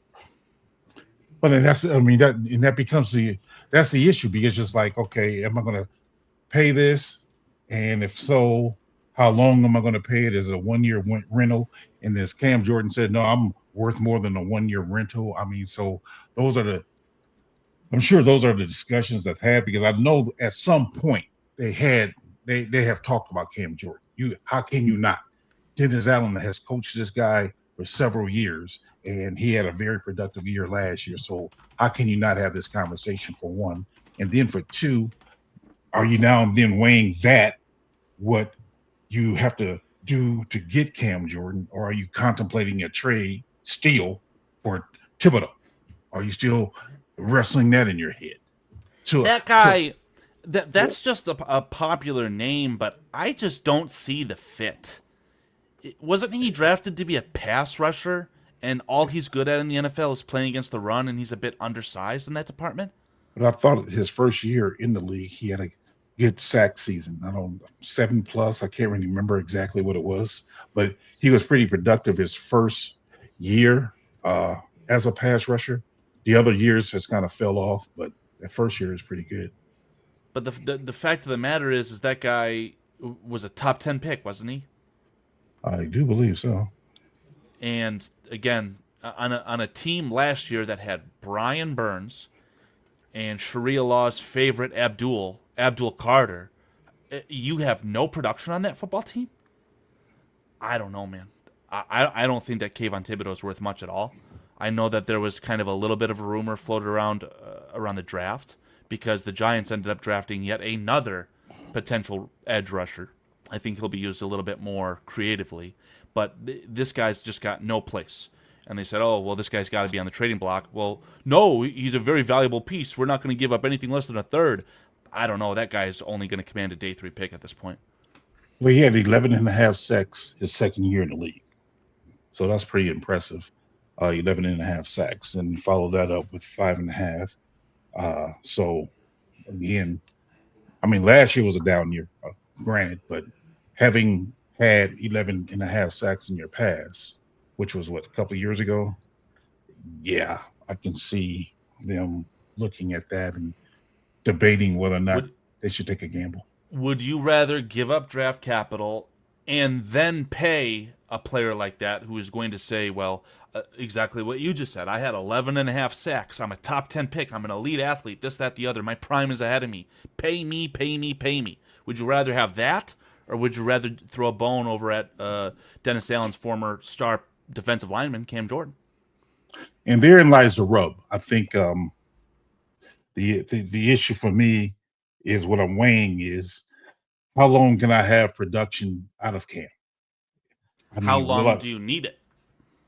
Well, because you're going to always need 3 good pass rushers, right? So that's why we're having this discussion, in my opinion, is because you got Sweat, you have Booker, so you need that third. So if you get Cam, is he only there for 1 year? Then you got to turn around next year and have the same problem all over again? Or do you get a guy like Thibodeau and say, okay, this is my third moving forward to where I can have this cohesion for at least 3-4 good years? That therein lies a problem. That's what I'm saying. I mean, so it's how you want to build it, because then, to your point though, it's like, well, I can't invest a lot of money in Thibodeau per se, because I know I have to pay Darnell Wright pretty soon. I have to pay Caleb Williams pretty soon. So how much money do I want to pay here? But then it goes back to, once again, well, you're going to get rid of Dale next year anyway. After this year coming, I'm sure you're going to get rid of Dale. So he's going to make $20 million this year. Yeah, Grady Jarrett, you're probably getting rid of as well. So all these things, you're thinking about, but most good teams have, like, when it comes to that pass rush, you want 3 good 3 good edge rushers to where, yeah. So I don't know. If I could add just a little bit of context to the financial side of things before this gets lost in translation. Financial feasibility is the problem. I'm using numbers from Over the Cap, and I'm sure a guy like Adam Mason will be like, well, they're not factoring in the base salary and all these other things, and he could poke holes, this, that, the other. But at the end of the day, Over the Cap is reporting that the Bears currently, as of, is that May 28th? Bears have $11.2 million in available cap space. And in 2025, the total value of the contract extension signed by Cam Jordan via the Saints was $6 million. So okay. I would say they have the money. Foster, does that take into accounting the signing of all the rookies? Well, it's got the free agents and all the draft picks. Everybody signed. That is probably exactly the first thing that Adam Mason would be furiously spamming out, right? Because I don't think Dylan Thieneman has signed, and any of those day 2, day 3 guys, dude. I have no idea. Look who pops up immediately. We have no money, Carl. That's Adam. Well, you didn't account for the rookie signings, and you didn't account for the rookie escalators and the contract bonus. Quite. I just, it all comes down to quite rightly the financial feasibility of it. It ain't there. I'm thinking between Shamar and the motivated Dale and the other options they have, I'm thinking they think they're going to be okay. Just like the interior defensive of a part of the line, the tackle situation. But even a motivated Dale. Yeah, and it's a. I had to pull him. I hate that joke so much. I hate the motivated. He doesn't even know. He's asking a question. He doesn't even know what happened. Yeah, I mean, for me, saying that Dale is motivated. No. It's like, well, even at his best. Time out, Pete. Let me put that into context. That's what Adam Mason always says. Oh, okay. What? Having a motivated Dale. That is spawned from social media. It's every single person literally saying, "Oh, he's motivated," he's making fun of it too? Worthless. Okay. Sorry, Adam, I'm getting stuff mixed up. I guess what I'm saying is, for me, at his best year, I think he had 6, 7 sacks. So him being motivated, I don't know if he's going to surpass that or not. I mean, I don't know. I mean, because to my knowledge, I mean, I'm sure Carl could look it up. What's the most sacks Dale had in the year? 6, maybe 7.5? Most. So I really believe. I guess what I really believe is it's the ball's in Cam Jordan's court. It's like, hey, Cam, this is what we're going to offer you. And Cam was saying to himself, do I want to come there for a 1-year rental, or do I think I can get like a 2-year contract someplace else? Okay. I mean, Deo Dengbo, the 54th overall selection in round 2 by the Colts back in 2021. As a rookie, he had half a sack. Year 2, he had 5 sacks. Year 3, in 2023, he had 8 sacks. And then in 2024, the year before the Bears signed him in free agency, he was coming off a 3-sack season. So just like the Bears do traditionally in their history in free agency, right? Shout out Jared Allen. We'll pay you for what you did in the past. Yeah, so that's what I'm saying. I mean, I just think it's... Yep, agreed, Carl. Yeah. Sure, you might as well go. You might as well read what Adam says. Are you reading? Are you laughing at him? You're muted, dude. Can't hear you. You're not muted. He says, does Shorty not like us? He was only here for Aldo. Then he takes off and ditches us. Did he even rip the condom off before he took off? I had to go take a piss, and I gave my dog who's... I had to go take a piss, and I had to give my dog, who was living on the couch, who can't walk or stand anymore, a few kisses, and I came back to the show. I'm here, bro. Man, I won't What's up, that Adam? kind of treat when I'm older. Yeah, we won't be around when it's time for you, man. By the way, whenever it was, your phone went down, and it looked like the top of honestly, it was like brown, and I read the words R.I.P. I was like, oh, we're looking at the top. We're looking at Foster closed his coffin. We're looking at the coffin from the inside. It literally looked like your coffin was closed. It couldn't have been more perfect. I know. I went too far. It disconnected me, man. That was this, the laptop. That was like, where in the show was that? You were like, hilarious. I'm rewinding it right now. Tony's going, sure he doesn't use a condom on Muggsy. Oh, it was at where are we at? Was it? Sorry, I had to. It was at we're at an hour and 43. It was at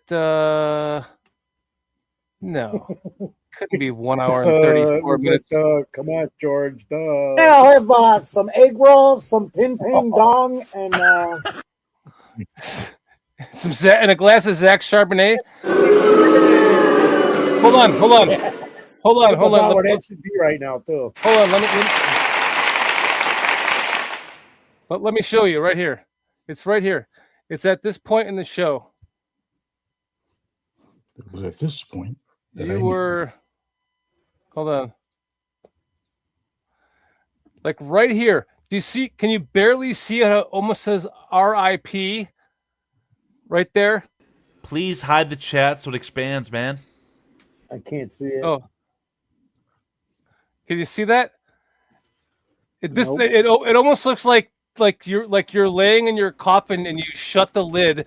So like here's the top. Can you see my cursor? Yep. Here's the roof of your coffin right here. Here's the darkness, and it looks like it says R.I.P. I'm not gonna lie, Shorty is spot on right here, and it is making me feel a little bit weird. I don't like this. I saw the same thing before Shorty even said this. Did you really close the coffin on us, dude? I don't like this. It'll be over. Oh my goodness.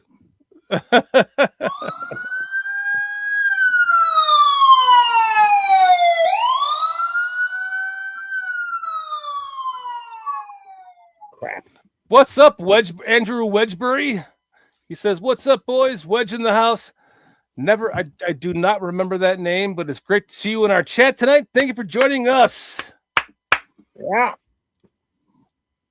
So, I'm still very curious about this Jerry is Craven guy, Mr. Cronin. Are you guys like personal friends or something? Like, no. Again, if you didn't know, Shorty, Carl is the master fluffer at Bear Down Sports. Every Thursday about 6 o'clock Central-ish. Go live. This one guy, I don't know if you ever heard of him, Adam Mason. Do a little hour, 75-minute show. We fluff the audience for the premier primetime content here on Bears Country Productions, Bears Country Podcast. Nice. So Jerry, big fan of Adam Mason, Bear Down Sports. Jerry loves to have fun with me. He likes to say whatever the heck silly stuff he says in the chat. Easy. Hey. I'm loading you guys up. I'm loading up the audio board for 2026. Get them while it's hot. Hot off the presses here. He likes having fun with you. Okay, all right. Every single time I see Jerry's screen name, Jerry is Craven. Well, I ask him, what is he craving? And most of the time, it's me. That's just the truth. Jerry is my witness. I don't know. I'm just saying. Well, he's got a girlfriend now, so. Who's that? I don't know. Jerry Craven. Jerry is Craven. I'm sorry. Ex-wife? What are we talking about here, Foster? Well, Jerry is Craven says, I had to tell my girlfriend about Josh Jacobs, and she's disgusted. Yeah, that means I'm sorry to tell you, Carl, but he's just not interested in you like that. Well, here we go. Yeah, that's a good one. Actually, hold on. Let's go in chronological order here. Adam says, Jerry likes to load Carl up. Take that as you will. Ooh. It's even in parentheses, too. Yeah, is it June? Good night, everybody. I mean, they're getting ready for Pride Month here. Golly, man. Jeez. Man. Yeah, see, Cliff Victoria says, Jerry is Carl's right hand. Aldo would say that's nothing. He's a lefty, apparently, as we learned early in the show, the first hour of the show. So, again, right hand, well, big deal. Whoa. I'll see what you did there, Cliff. Golly, man. June is coming. Golly. The scrolls. Yes, everyone. We love to talk about baking on the show as well as cooking, right? So Jerry said, or the scrolls rather says, Jerry Craven, some milk of Carl. I don't know what's the quantity of that to make your tres leches cake there. The scrolls. What are we talking about? Chad says, very interesting topic. Tony Moy says, is Jerry Mrs. Rogers too? What does that mean? Mrs. Rogers. Hey. Steve Rogers? Is that a shot at Steve Rogers? I was reading King Buka saying the amount of dumbassery in, he said, ESPN chat is astonishing. I thought he was about to say in our chat. I thought he was about to say the amount of dumbassery on BCP is astonishing. You can tell about 10 o'clock Central is when these edibles start to kick in for everyone. Except for PJ. Well, yeah. His edibles are a burrito after this from Taco Bell. Don't tempt me with a good time. Oh, Carl. That's Carl's spot right there. Hey, that's Carl's spot. Carl, watch your heart, man. Go get his CT scan if you eat that much Taco Bell, because I did. Hey. No, I'm speed running Do you have kind of life. Mexican restaurant up there by Right you now, in called place. Moe's? I gotta be careful. PJ set me up for something. No, I'm asking. Moe's. Yeah. Is there? I'm not familiar. I'm not familiar with that eating establishment. Wait. Play the game, PJ, right? But PJ, Moe's is a chain. I have them down here. I know it's a chain. That's why I was asking. Yeah, okay. Yeah. I'm unfamiliar with that eating establishment, PJ. Why? Explain yourself. Is it good? Do you like it? It's better than Taco Bell. Blasphemy. Goodbye, PJ. I've had it once. I wasn't impressed. That's a double entendre. I like it better than Chipotle. Oh, I don't. No. Chipotle sucks. Wow. Everything you get from Chipotle tastes the damn same. Doesn't matter what it is, man. And sometimes I don't want a burrito that's this big. Sometimes I just want a burrito that's this big. So I go, can I get like a quarter spoonful of rice, and can I get like a quarter spoonful of beans, and You probably do it just like that too, though. Yeah, and I got a fucking burrito like this. I'm like, how? I tried my ass off to not have a burrito like this, and it always tastes the same. So Shorty wants his burrito to be a grower, not a shower. Exactly, Foster. I want to talk that Taco Burrito King, man. That's the best. And you get a junior. Yeah, you got. You don't get because they got three sizes, man. When you go there.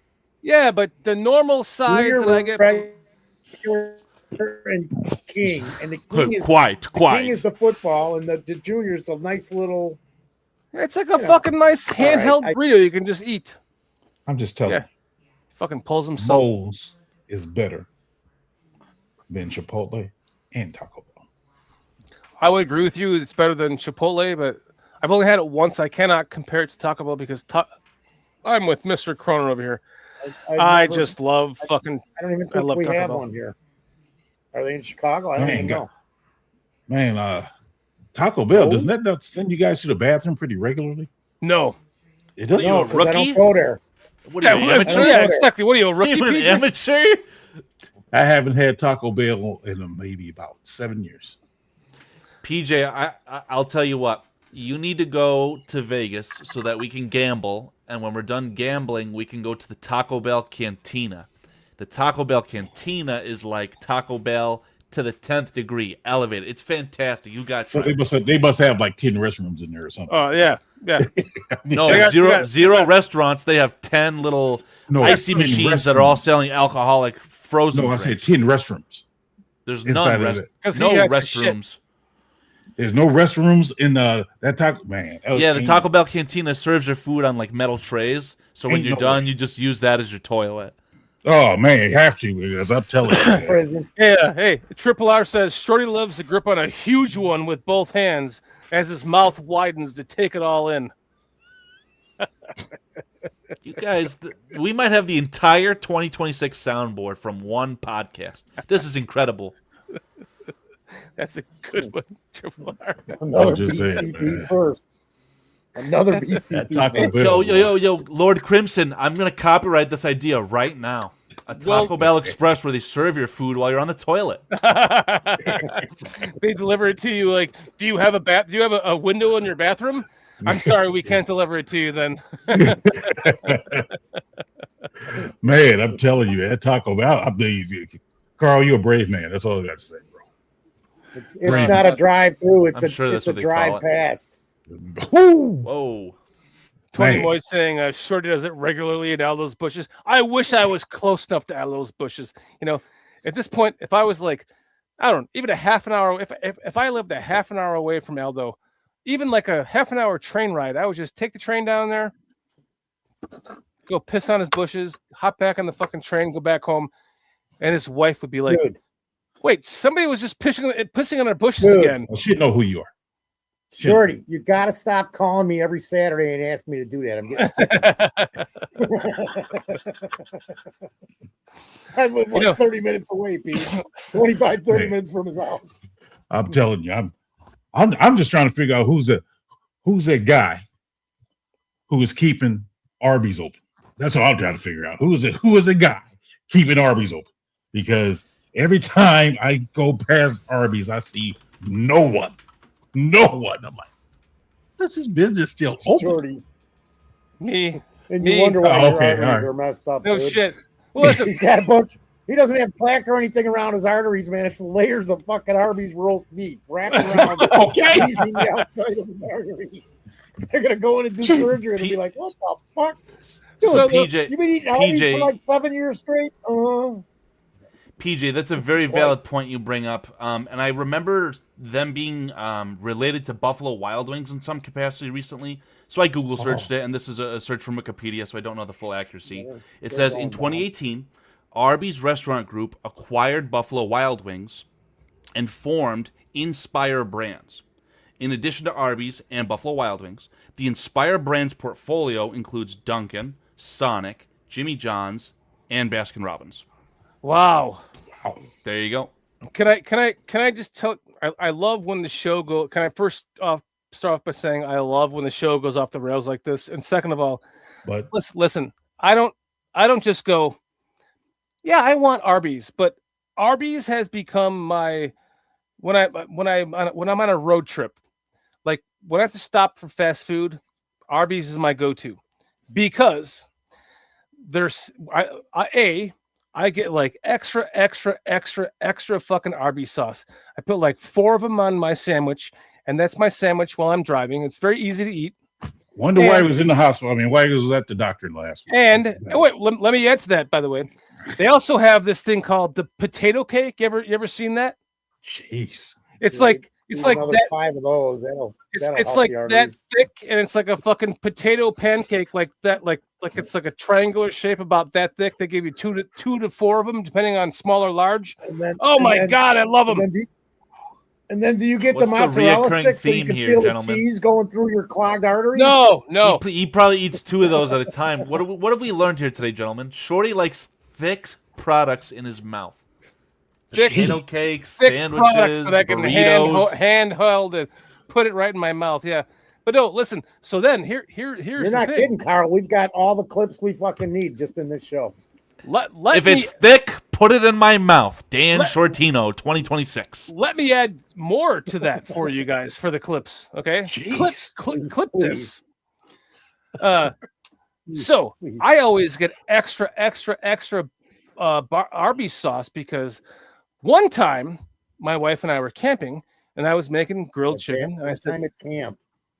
One time at band camp, I was like, we were camping, and I said, "Do we?" I was cooking some chicken on the grill, and I said, "Do we have any barbecue sauce?" She's like, "Well, we've got some leftover Arby's sauce," and I was like, "All right, let me baste the chicken with that, on the grill, charcoal grill." And fucking A, if it wasn't, it's so good that I will just I'll go to Arby's to buy something to throw it out just to get the extra Arby's sauce, just to put on some chicken on the grill, man. Especially bone-on chicken. You just can't go ask for the Arby's sauce, bro. No, I don't want to be an asshole. Like, I'll buy some shitty cheese sticks because I would never eat them because I'm from Chicago. I don't eat cheese sticks from fucking Arby's. Throw them out and fucking get the Arby's sauce. What are their thick hash browns called? Potato cakes? Potato cakes, yes. Yeah, just buy 1 of them and be like, yeah, can I get 100 Arby's sauce on the side, please? Inspire brand. And then just like Taco Bell, those motherfuckers took away the potato cakes, just like Taco Bell did with the Mexican pizza. And then you're not hip. You're not hip. They brought back the Taco Bell Mexican pizza. I know they did. It's a cantina chicken pizza, and it's glorious. It's crap. It's dog shit. Do you even fake know based? Fake based. Remove him from the show.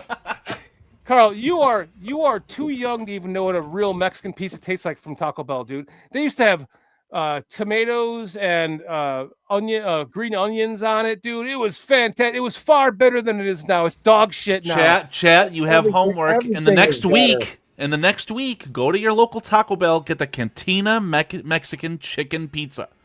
Cantina chicken Mexican pizza. And circle back. Let us know what you think. First chat poll of next Thursday will be rate the Cantina chicken Mexican pizza from Taco Bell 0 to 10.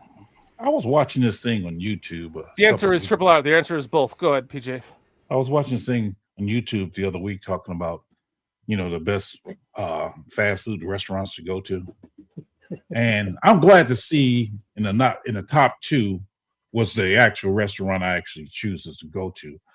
I mean, I don't go by a Arby's or a Taco Bell when I'm out of town or whatnot. I look the restaurant I look for is Culver's. Culver's. Yeah. Culver's. Why were you reserved about saying that? That's unironically like a very extremely high rated place. Like that is that's what I said. Shit. Yeah. That's what I mean, they're from Wisconsin, but yeah. Well, I think it was just trying to like remember the name of it. That's all. No, I was because it's from Wisconsin. They're from Wisconsin, but other than that, Peach.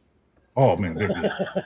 Dude, Culver's is the best. You know why? Because you know exactly what you're getting with Culver's. You know what you're getting exactly. All of the fast food chains now, except for the only one that I eat besides Culver's, I don't consider that fast food, is the only one that I have only eaten in the last 5 years is Taco Bell, because my food is always hot, fresh, and it pisses me off that they took a bunch of shit off the menu and then brought half of it back. That's what pisses me off. Other than that, I will still eat Taco Bell, but no nothing else. Not even nothing. Burger King, McDonald's, Wendy's, all that shit. But Culver's, I'll do a Wendy's. Wendy's is probably I have never had it. Every time I get we're gonna have to rank it. Every time I get a Wendy's burger, my fucking cheese is cold, my burger is cold. I one time waited in line. I was the only person in line. I sat there for 15 minutes waiting for my food, and everything was cold. The fries were cold. I'm done with that shit, man. But Culver's, it's made to order, dude. All your food is hot. It's your food. It's not somebody else's that was sitting in a warming tray. I guess my top three. If you want to look at like fast food places like that, I say Five Guys Burgers and Fries. I don't know if you have Five Guys or not, but Five Guys Burgers and Fries, Culver's, and then probably Wendy's. Listen, Five Guys for the fries. That's it. The burger is good, but it's not worth $35 a person for a burger and fries. Hey, that's how much yours costs? Oh, mine ain't. Yeah, no, mine don't cost that much. Are we interested, gentlemen? Are we interested? Jack in the Box, huh? It's a bracket. It's a bracket. Stop throwing comments on the screen. Are we interested in doing this bracket real quick or no? Do you think it'd be too contentious? Yeah, let's do it. All right, we have to pick Chipotle or Jack in the Box. I say Chipotle. Chipotle. I'm going to say Jack in the Box. Well, Foster says Chipotle. Yeah. 3-1. Chipotle is the winner. If we have a tie, we're going to have to rely on the chat, I guess. Yeah. Panda or Burger King? I say Panda. Panda. There it is. Panda. DQ or Subway? So far. DQ or Subway? I say Subway. First off, DQ was only ever known for ice cream but back in the day, you were like, wait, they have a burger? And it was really good. And then they got into the food business, and it's dog shit. Subway. I say, ooh, that's a tough one. Adam, thanks for the $5, Adam. I'm not sharing the clip. I love the ice cream. But food-wise, Subway. Yeah. By the way, thank you, Adam, for your generous donation of $5. I'm literally going to click Taco Bell and not going to ask you guys. You'll have a chance at Taco Bell next time. There's no Taco Bell all the way for me, too. It's Jersey Mike's or Dunkin' Donuts? Jersey Mike's. I'll say whatever the name of that other place was besides Taco Bell. Although I've never been there, I take that. Oh, that's crazy that PJ just got pulled off the show. Yeah, that's awesome. Dunkin' and Jersey Mike's. Remember the show, BCP. What other food can you even get on Dunkin' Donuts? I worked for Dunkin' Donuts. We made them a breakfast sandwich. Listen, wait. We made a breakfast sandwich in the microwave, dude. Like, what is Dunkin' Donuts compared to Jersey Mike's? Dunkin' Donuts has this like cowboy potato where they like mince hash browns and they throw in some sauce, and it's actually really good. But it's all done in a it's all done in a microwave, dude. Jersey Mike's. Even their donuts. All right, this is probably the first big one. McDonald's or Wendy's? Wendy's easy. What did Foster say? Wendy's. And PJ says Wendy's? Yes. Yeah. I'll say Wendy's for the sake of time. Next. Wow, McDonald's. That's an upseed. That was a 1 seed getting upset. Quiznos. KFC. Quiznos. KFC. Quiznos. Foster. KFC. Good dude. Quiznos. Back in the day when they put one in my town, and I like knew the owner, and she made all my sandwiches so special. So you're basing this off of nostalgia bait. Got 1975, man. I go into a KFC in Wisconsin in Delavan, Oh God! We end up eating a bunch of flies in our breadcrumbs. How did you know it was 1975? So is that Quiznos? I remember when it happened, dude. We were at Lake Geneva in Delavan, Wisconsin. Is that going to be a chat tiebreaker? Well, what's Foster saying? Quiznos. Yeah, we need a chat. We got I see Quiznos from Cliff and Romy. I'm about to click Quiznos. Put up the poll. Didn't Quiznos fold? Yeah, that's what I'm saying. Yeah, it did fold. They're very rarely seen. I see them in gas stations now, and they're not as good. They're dog shit. But back in the day, KFC, bro. Tony says KFC. KFC. Chad says KFC. Cliff said KFC should be Browns. No, he's saying what the matchup. KFC easily. I think it's KFC, boys. Chad says KFC. Oh, low key says Quiznos. I'm not doing no chat poll. We gotta sort this out like gentlemen. Really care. Everything Bear Show says KFC. I think we're doing KFC. Okay, I think we're going buzzer beater. KFC. Or we got another Browns, dude. All right, A&W or Five Guys? Five Guys, man. Five guys. It's gotta be Five Guys. Five Guys for sure. Next. All right, Chipotle or Panda? I say Chipotle. Panda. Foster says Panda? Panda. Yeah. Wow, okay. Subway or Taco? I'm saying Taco Bell. I won't click it immediately. Taco Bell. Subway. Okay, Taco it's Bell. 3-1. Taco Bell next. I don't know. Jersey Mike's or Wendy's? I say Wendy's. Jersey Mike's. Wendy's. Jersey Mike's. Foster. Wendy's. Well, there you go. Fuck, really? Wendy's wins. I think I clicked it. I don't know. A Dave single with no salt. KFC or Five Guys? I say Five Guys. Five Guys. Sorry, PJ. It's Five Guys is the winner. Man. Taco Bell or Panda? I wonder which one I'm going to pick. Taco Bell. Foster? It's up to you, Foster. Bastards. Taco Bell. Yeah, baby. We're going to the finals. Taco Bell. Oh, this is only one side of the bracket, it looks like, too. I might be wrong. All right, Wendy's or Five Guys? Say Five Guys. Five Guys. Yeah, Five Guys. There it is. This is amazing. Five Guys or Taco Bell? I say Taco Bell, baby. Five Guys. Oh, it's tied. It's tied. We need the chat. I think this deserves a chat poll. This is a chat. This deserves a chat poll. Five Guys. This deserves a chat poll. Oh, no. This will be a 30-second poll. 30-second poll. Five Guys. You freaking bastard. 5 Guys. Taco Bell. 30-second poll. 30-second poll. Vote Guys immediately. Really eat at Taco Bell? Oh yeah, religiously. Sometimes multiple times a week. I have to stop myself from going to Taco Bell whenever I pass me and it. Shorty are the same human at that point. About once or twice a month, man. I did not think people still eat at Taco Bell. Oh my god. The only thing is they keep fucking up their menu. There it is. It's tied. Vote immediately. Vote immediately. This poll will be ending in 15 seconds. Vote immediately. Vote immediately. 5 Guys. Five Guys is winning by a sliver. You have Taco 10 Bell. seconds. 10 seconds. Five Guys is gonna win. Do we have a buzzer beater? Taco Bell. Guys. 15 votes.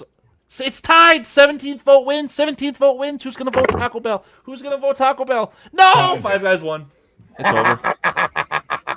Five Guys won. It's over. Steak and Shake. All right, now we're on the opposite side of the bracket. Everyone, Steak and Shake or Sonic? I voted for Five Guys 3 times. You're a son of a bitch. Steak and Shake or Sonic? I say Steak and Shake. Steak and Shake. Steak and Shake. Steak and Yeah, Shake. done. Next. Steak Shake. Next. Whataburger or Long John Silver? Oh my I don't God. I don't have either. I've never had Whataburger. It's dog shit, but I it's better haven't than either. Long John Silver's. It's dog shit, but better. Whataburger. Foster? Long John Silver's. All right, When I we're say Long tied. John Silver's because I've never had Whataburger. So you're going to say Long John Silver's? Yeah. We're going to give the fish a chance. Long John Silver's. Arby's or Auntie Anne's? I actually would say Arby's. Arby's. Auntie M's is the place with the pretzels, right? Yes. Okay, I'll go with Arby's. Arby's. Jimmy John's or Popeyes? Oh, I that's say a Popeyes. I good say one. Popeyes. Oh. They I were like the red literally beans they bars. were literally getting into physical altercations over the Popeyes chicken sandwich. I say Popeyes chicken. Yeah. Popeyes. I like your red Popeyes. beans and rice. Yeah. Oh yeah. If PJ likes it, I know I have good taste. All of their food. Wow, what a throwback here! White Boston Castle. Market or White Castle? White Castle might be like the Cinderella, actually. The Boston Market was the last time I had food poisoning, so it's White Castle. I gotta be honest about this.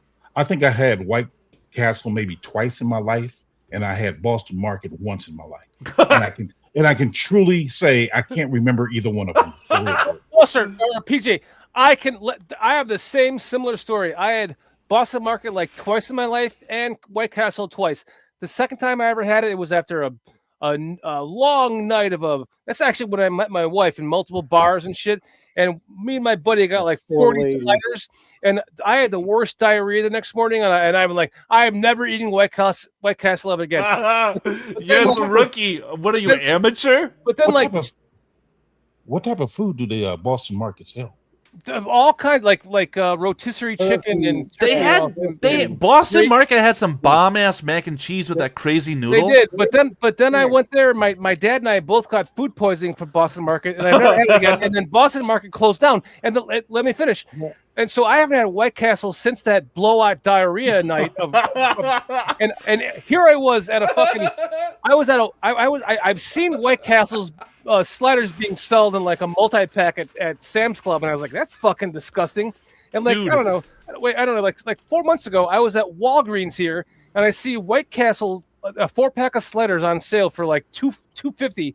I was like, well, that's insane. It actually sounds good, so I'm going to buy these. And I went home and I ate those motherfuckers, and I was like, oh my God, these are so good. They were so good that when I went home again for work like a month ago, I bought another 4-pack of White Castle sliders. Then I came back to the ones that I had in my freezer, and I was like eating those things like a 2-pack of them once a week. You know, obviously it's why I have coronary artery disease, but I used to hate White Castle, dude, but now I love it. So dude, fuck Boston Market, dude. I never got food poisoning from White Castle. Foster. So White Castle, I actually had 3 of them today with onions and that. Wow.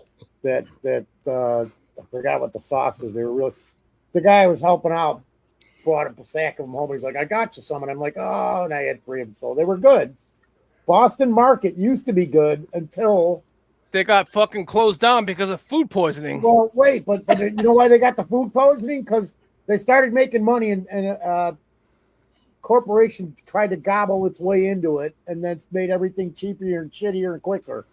So at about year 5 or 6, they turned to shit because they used to have a great fucking piece of turkey with mashed potatoes and fresh vegetables. Oh yeah, for sure. Agreed. And meatloaf and just all types of dinners that were really good. But after about year 5, so I'm going to go with the White Castle because whatever that Chipotle sauce on the White Castle actually was doable today. Wow. Lots of onions. I love the onions. So the package of frozen sliders that Shorty is talking about is actually my barometer for the economy. No, they are the barometer for the economy for me. Whenever I go to the grocery store, I look at the how much do the White Castles cost? Oh my God, a 6-pack, 6 sliders of frozen White Castles, $9? Yeah, the economy's totally fucked. Used to be able to buy 6 frozen sliders of the White Castle for like $4 post-tax. It was valuable. Now it's not. It's totally fucked. Anyway, White Castle moves on. When I was in Illinois and just bought a 4-pack, it was like $3, dude. It was like, holy shit. Okay. So here, this is my story with this one now. This next matchup, In-N-Out Burger. Never had it. Not available in my area, but I have had it when I've traveled to Arizona. I liked it. So, Checkers is near me. I could get it right now. It's 5 minutes away from me. I've never had Checkers. Checkers has really good fries, dude.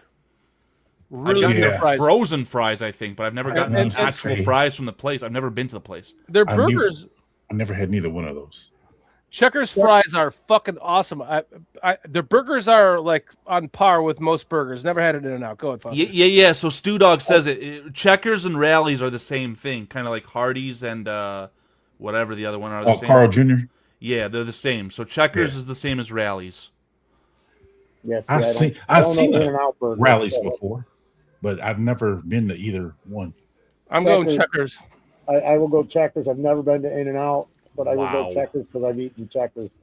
PJ, I would say In-N-Out unless you say In-N-Out, then I'll say Checkers. But what do you want? I've never had In-N-Out, so I mean, I've never had Checkers either. You just decide, I'm gonna Carl, vote. that's all. I'm gonna vote for In-N-Out, and the other two boys are gonna say Checkers. So 2-1. There you go. Hardee's or Cinnabon? Oh, God. I'll say Cinnabon. Cinnabon. Cinnabon only sells buns, so I have to say Hardee's.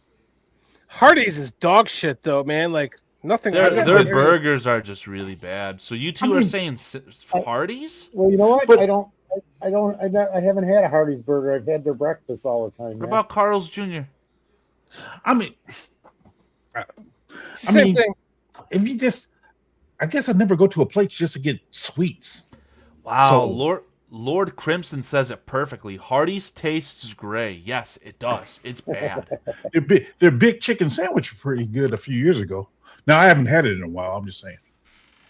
So are we 2-2 right now? Their 2 bacon Hardee's, and 2 egg Cinnabon? biscuit and their hash browns. This probably 5-6 years ago was the last time I had Hardee's. Do we have to do another chat poll? I've had Hardee's twice, and I've never liked it. And God, I've why had can't we make this Cinnabon many easy? times and loved it. So, Cinnabon. What do you get at Cinnabon? Just a cinnamon The bun? fucking Cinnabon, exactly. But anything I've ever had at Hardee's has just been like, God damn, that was a waste of money. Their big chicken sandwich. I mean, their big chicken fillet was pretty good. Like maybe 10 years ago. 15-second chat poll. First to 5 votes. Vote immediately, We're please, answering chat. it when we say years ago. Vote immediately. don't Cinnabon, know. 5 votes. It's Cinnabon. Cinnabon wins. Thank you. Hit Thank you. Cinnabon. Thank you. Hit that vote. Hit that vote. Oh my God! Talk about a Chick-fil-A. heavyweight. This is a number 1 versus a number 2 seed. Holy smokes! Panera Chick-fil-A. versus Chick-fil-A. Chick-fil-A. Chick-fil-A. I say Chick-fil-A. Dude, the first time I ever saw Chick-fil-A, I lived in Colorado, and I passed it, and I tried to read that on the side of the building. And I was like, "What the fuck is that?" It was like, "Is it what is it even saying?" I can't tell what it is. But once I ate there, the best damn chicken sandwich I've ever had in my entire life. I know now why they are the first ones to ever make a chicken sandwich, because of the best at it. Although I do love Panera Bread, it's Chick-fil-A for me. It's a unanimous Chick-fil-A. It's unanimous. It's a sweep. It's a sweep. Yep. Wow. Okay. Plus, it's always hot, and everyone always says, "My pleasure." And if they don't, you get a free meal or something dude, stupid. Today I went to my Ford dealership to pick up a part for my Mustang, and the woman there was like, I was paying for it. I'm like, "Oh, thank you." She's like, "My pleasure." And I go, and there's like a guy sitting behind her that worked with her, because it was the end of the day, so he was just like on his phone. He's like, All right. he like laughed when she said that. I'm like, "Did you used to work for Chick-fil-A?" You're right. She's like, "Yeah." He's like, "Yeah, of course she did." All right. Steak and Shake or Long John Silver's? I say Steak and Shake. Steak and shake. Done. Next. Arby's or Popeyes? Popeyes. Foster. Popeyes. Done. Next. Wait. Popeyes. What did you say? White Castle or Checkers? I say White Castle. White Castle. Yeah, White Castle's the Cinderella, baby. It's going to go all the way. Chick-fil-A or Cinnabon? I say Chick-fil-A. Chick-fil-A. Popeyes or Steak and Shake? I say Popeyes. I say Popeyes. Popeyes. I have to go with Steak and Shake. Shorty's the tiebreaker, or the Chad is the tiebreaker. Popeyes. Done. Easy. Love it. All right. This is a monster. White Oh, Castle or wow. Chick-fil-A? Chick-fil-A. I don't know if I can do it, boys. I think I'm saying Chick-fil-A here. Chick-fil-A. Well, it's over. It's 3-1 at the worst. Chick-fil-A is the unanimous winner. Not unanimous.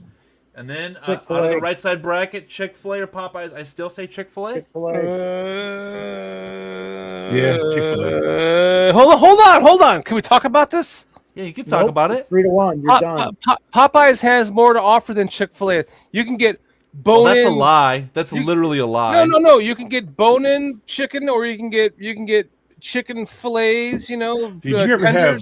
You can get chicken. Right. Did you ever with have mashed potatoes and red beans and rice? Chick-fil-A? Corn on the cob and some biscuits. But you do get a choice of chicken, or chicken. Have you ever had Chick-fil-A's Cobb salad? No. Chick-fil-A. You know what? I live half of a mile from Chick-fil-A. It's like they all have different stores. They're named differently. So it's like Chick-fil-A, like Luau. So I live by Chick-fil-A Luau. One day I'm seeing like a line. It was during COVID. A line of cars like fucking a mile deep, clogging up traffic on a 1-lane road. A 2-lane road, one direction, the other. I'm like, what the fuck is going on with this? Everyone was going to that Chick-fil-A Luau to get their pulled pork tacos. So I get that they have like certain different menus all over the country, and everyone travels to go find those menus. But if this is between Five Guys, it's dumb. It's definitely Chick-fil-A, dude. Yeah, it's Chick-fil-A. Romy, I don't think I take your phone with you, buddy. That's all I gotta say. Take your phone with you. But on this one, I think Adam, Mason, and I will agree on this one. Five Guys.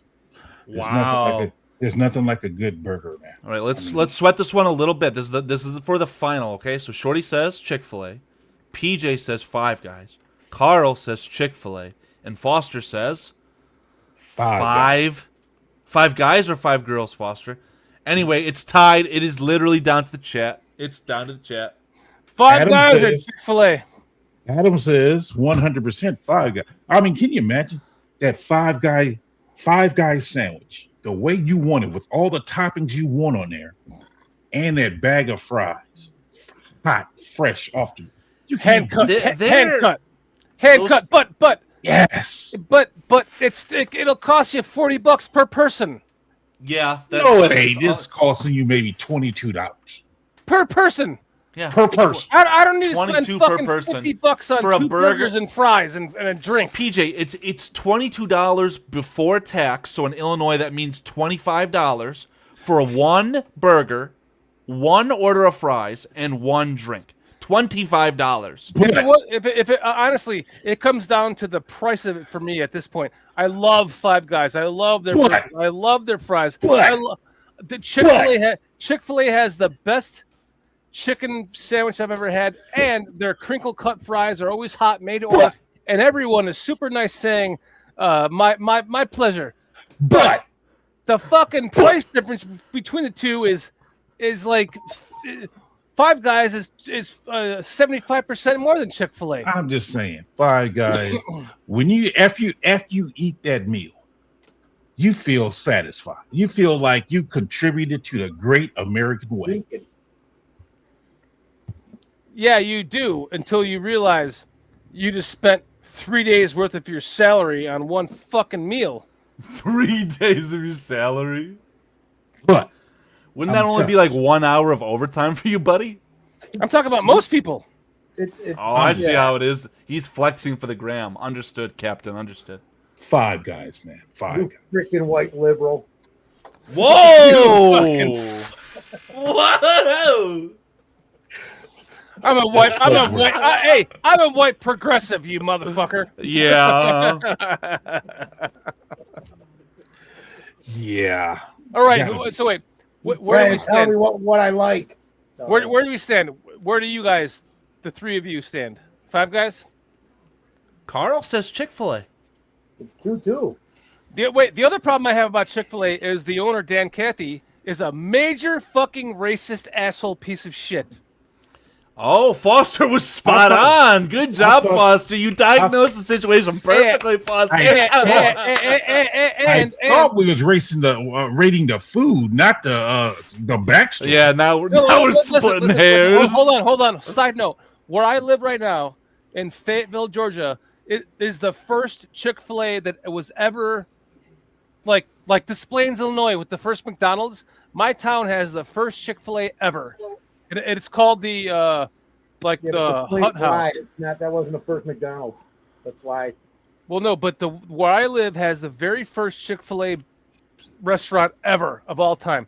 And Dan Cathy, the owner, fucking just started buying up all the land around where I live, and he built a studio where my wife was working for 5 movies. Actually, he helped build it, and then Then they sold it to him, and then he built us a ridiculous like millionaire town right next to it with all kinds of like bullshit that I can go in.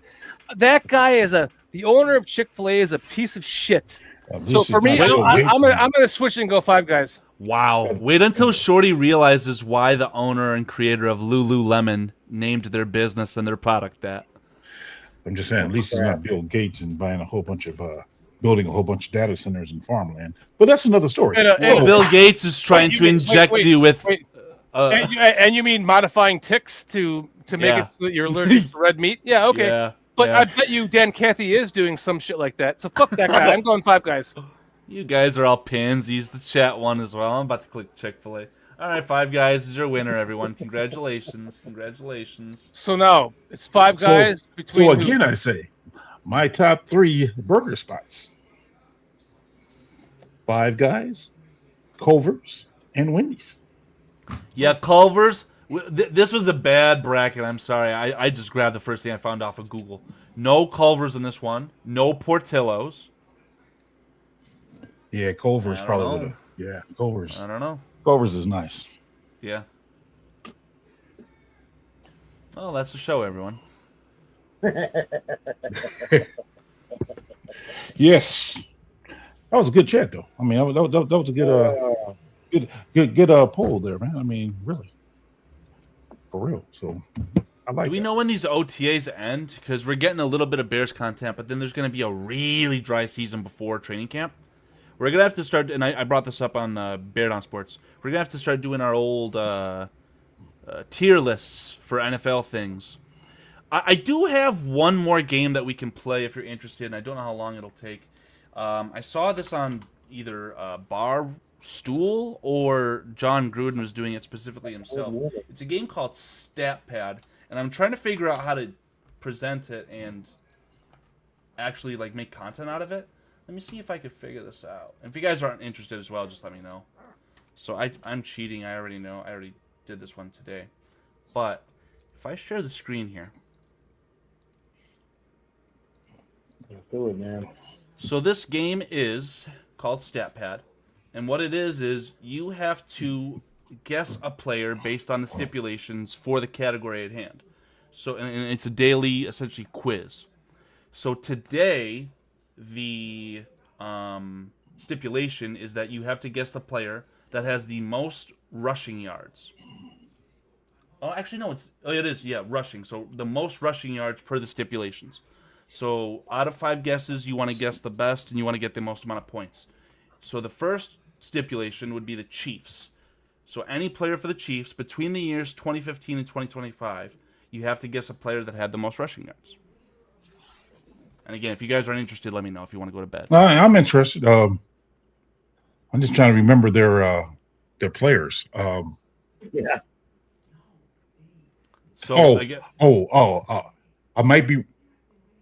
I was about to say Kareem Hunt. Okay, and again, one of the first players that comes to mind regarding this is Jamal Charles. But you have to select the year. And it's very much specific to year. So again, if we add a player and we type in Kareem Hunt, we have Kareem Hunt, right? Right. But when we select Kareem Hunt, it tells us that he plays between 2017 and 2025. But you have to select the year too. Oh. So it gets a little bit convoluted. 2017. That was his rookie year. Oh. Is that what you want to guess? Wait a minute. Wait. Give me a second. So, Trubisky was drafted in 2018. Yep. Right? And PJ, while you're sorting that out, viewer in the chat, he says his name is Everything Bear Show. Thanks for a great time, guys. I subbed to your channel. Keep up the great work. Awesome. Keep up the great appreciation in the chat, then, buddy. Appreciate the kind comments. Alex Thank you. Smith was a quarterback that year. 2018. 19. You want to go 19, Foster? No. PJ said 18. Yeah, 2018 for Kareem Hunt.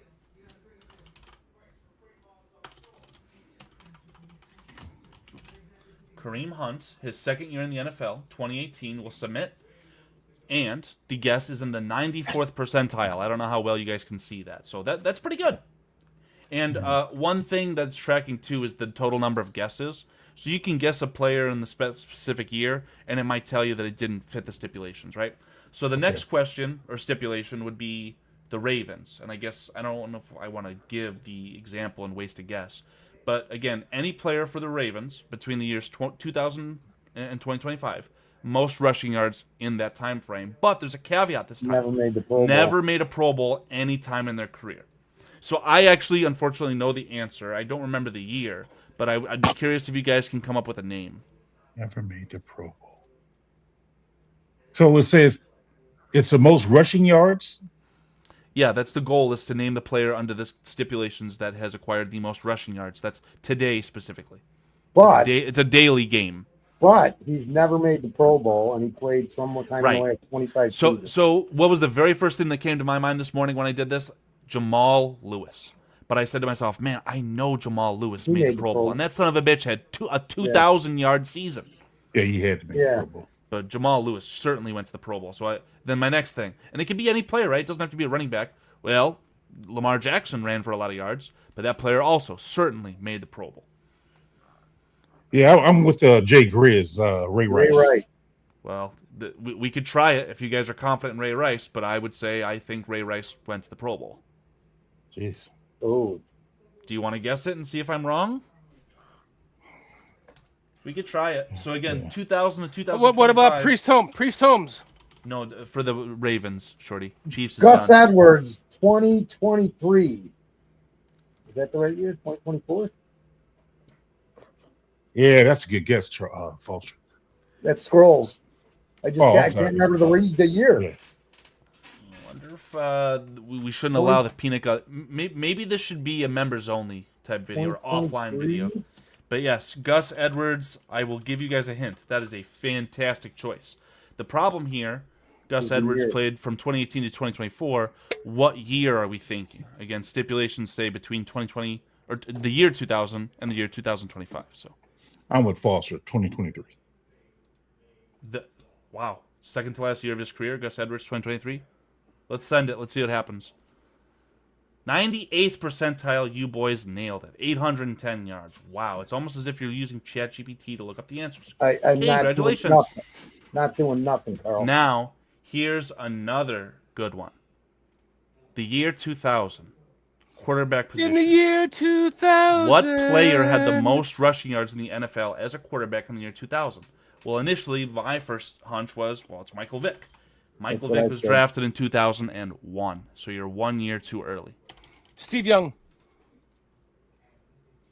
Steve Young before that. Steve Young retired in 99. Oh, my God. Freaking guy. 2000. That's a good one, man. In the year 2000. Steve McNair. Oh, that's a good one. Yeah, okay. The year 2000, Steve McNair. Survey says 89th percentile. Not bad, 403 yards. So here's the cool thing with this website. Afterwards, you can use the drop-down menu, and it tells you what the answers are. So the number one option would have been Donovan McNabb. This one surprised me. Rich Gannon. Rich Gannon ran for 529 yards in 2000 when he got his butt whooped as a member of the Oakland Raiders in the Super Bowl. Oh, yeah. That was, it was the 2000 Ravens defense, so I have no idea how that happened. Cordell Stewart, too, was another one. I forgot about him. Yeah. Jeff Garcia, that would be a good one. Okay. But McNair's not too bad, 89th percentile. Okay, now this is a layup. Well, actually, that's a lie. Never made the Pro Bowl. Wow, anytime in their career. So the Rams. Oh, it is a layup. Never mind. 2000 to 2025, gentlemen. I'm gonna give you a hint because I'm not gonna let me give you guys a hint right now. Played. Let me give you a hint. He's a baller, man. I hate him though. Michigan guy. I can't stand him, man. Blake Corum. Was it his rookie year or was it the most recent year? I'll say the most recent year. 2025. Boom. 96th percentile for the Rams. Fortunately, never made the Pro Bowl. I had him on sitting on my bench all of his rookie year. Didn't do shit, and then got hurt. And wait. What is the initial question to this going on? Most rushing yards. It is asking you to name the player with the most rushing yards under the stipulations. So at this point, question number 5 for the Titans. from the year 2015 to 2025 with no additional stipulations. That's easy. Yeah, it is very easy. That's But it's a trick question. We all know it's the future Hall of Famer Derrick Henry, but what year did he have the most yards between the years 2015 and 2025 for the Titans? I unfortunately know the answer, and I will not be conceding it to you, gentlemen. 2022. Okay, Foster. I was thinking 2021. PJ says 2021. Dare I say we're getting warmer? Foster. Well, I was going to say 20. The Scrolls also says 2021. 2020. Ooh, Foster, imagine if you repeated that. 2020. It's 2020 hindsight. Fine. Yeah, maybe it is. Okay, 2020 hindsight. Let's just see if Foster's right. Maybe I already know that he's correct. Yes. Henry ran for 2,027 yards in 2020, which is the 100th percentile. And this wasn't even the easy mode. I think there's an easy mode. I don't really fully understand it. But we didn't do too bad, gentlemen. 73rd, we beat 73.8% of other scores. So, who, for Kareem Hunt, for that number one, what was the number one answer? It was Kareem Hunt, but it was 2017. 2017. His rookie year. Yeah, you're right. See you, man. Yeah, I'll let you talk me out of it. Dang. You should have laid down the lotto, Pete. Found You know that what I'm fucking nightstick. Or one of your guns, Foster's blackjack. projecting his fantasy. Should have hit him in the head with the blunt of your gun, my man. No, fuck the stick. Golly. What am I projecting? Your fantasies. No, I forgot what those were. Yeah, Kareem Hunt. Well, he was good. Wait. Your fantasies, Foster? They were like a lot of beer brought mustache rides, and while you were on a jet ski on a lake somewhere in Wisconsin. I get it, man. Climbing the walls. How much did we enjoy this game? Do we want to do another round? Maybe do you want to do yesterday's? It's got a bear on this one.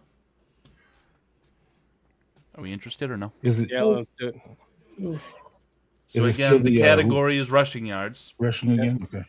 So the stipulations for the first one, in 2018, any player that was not drafted in the first round, anytime in their career.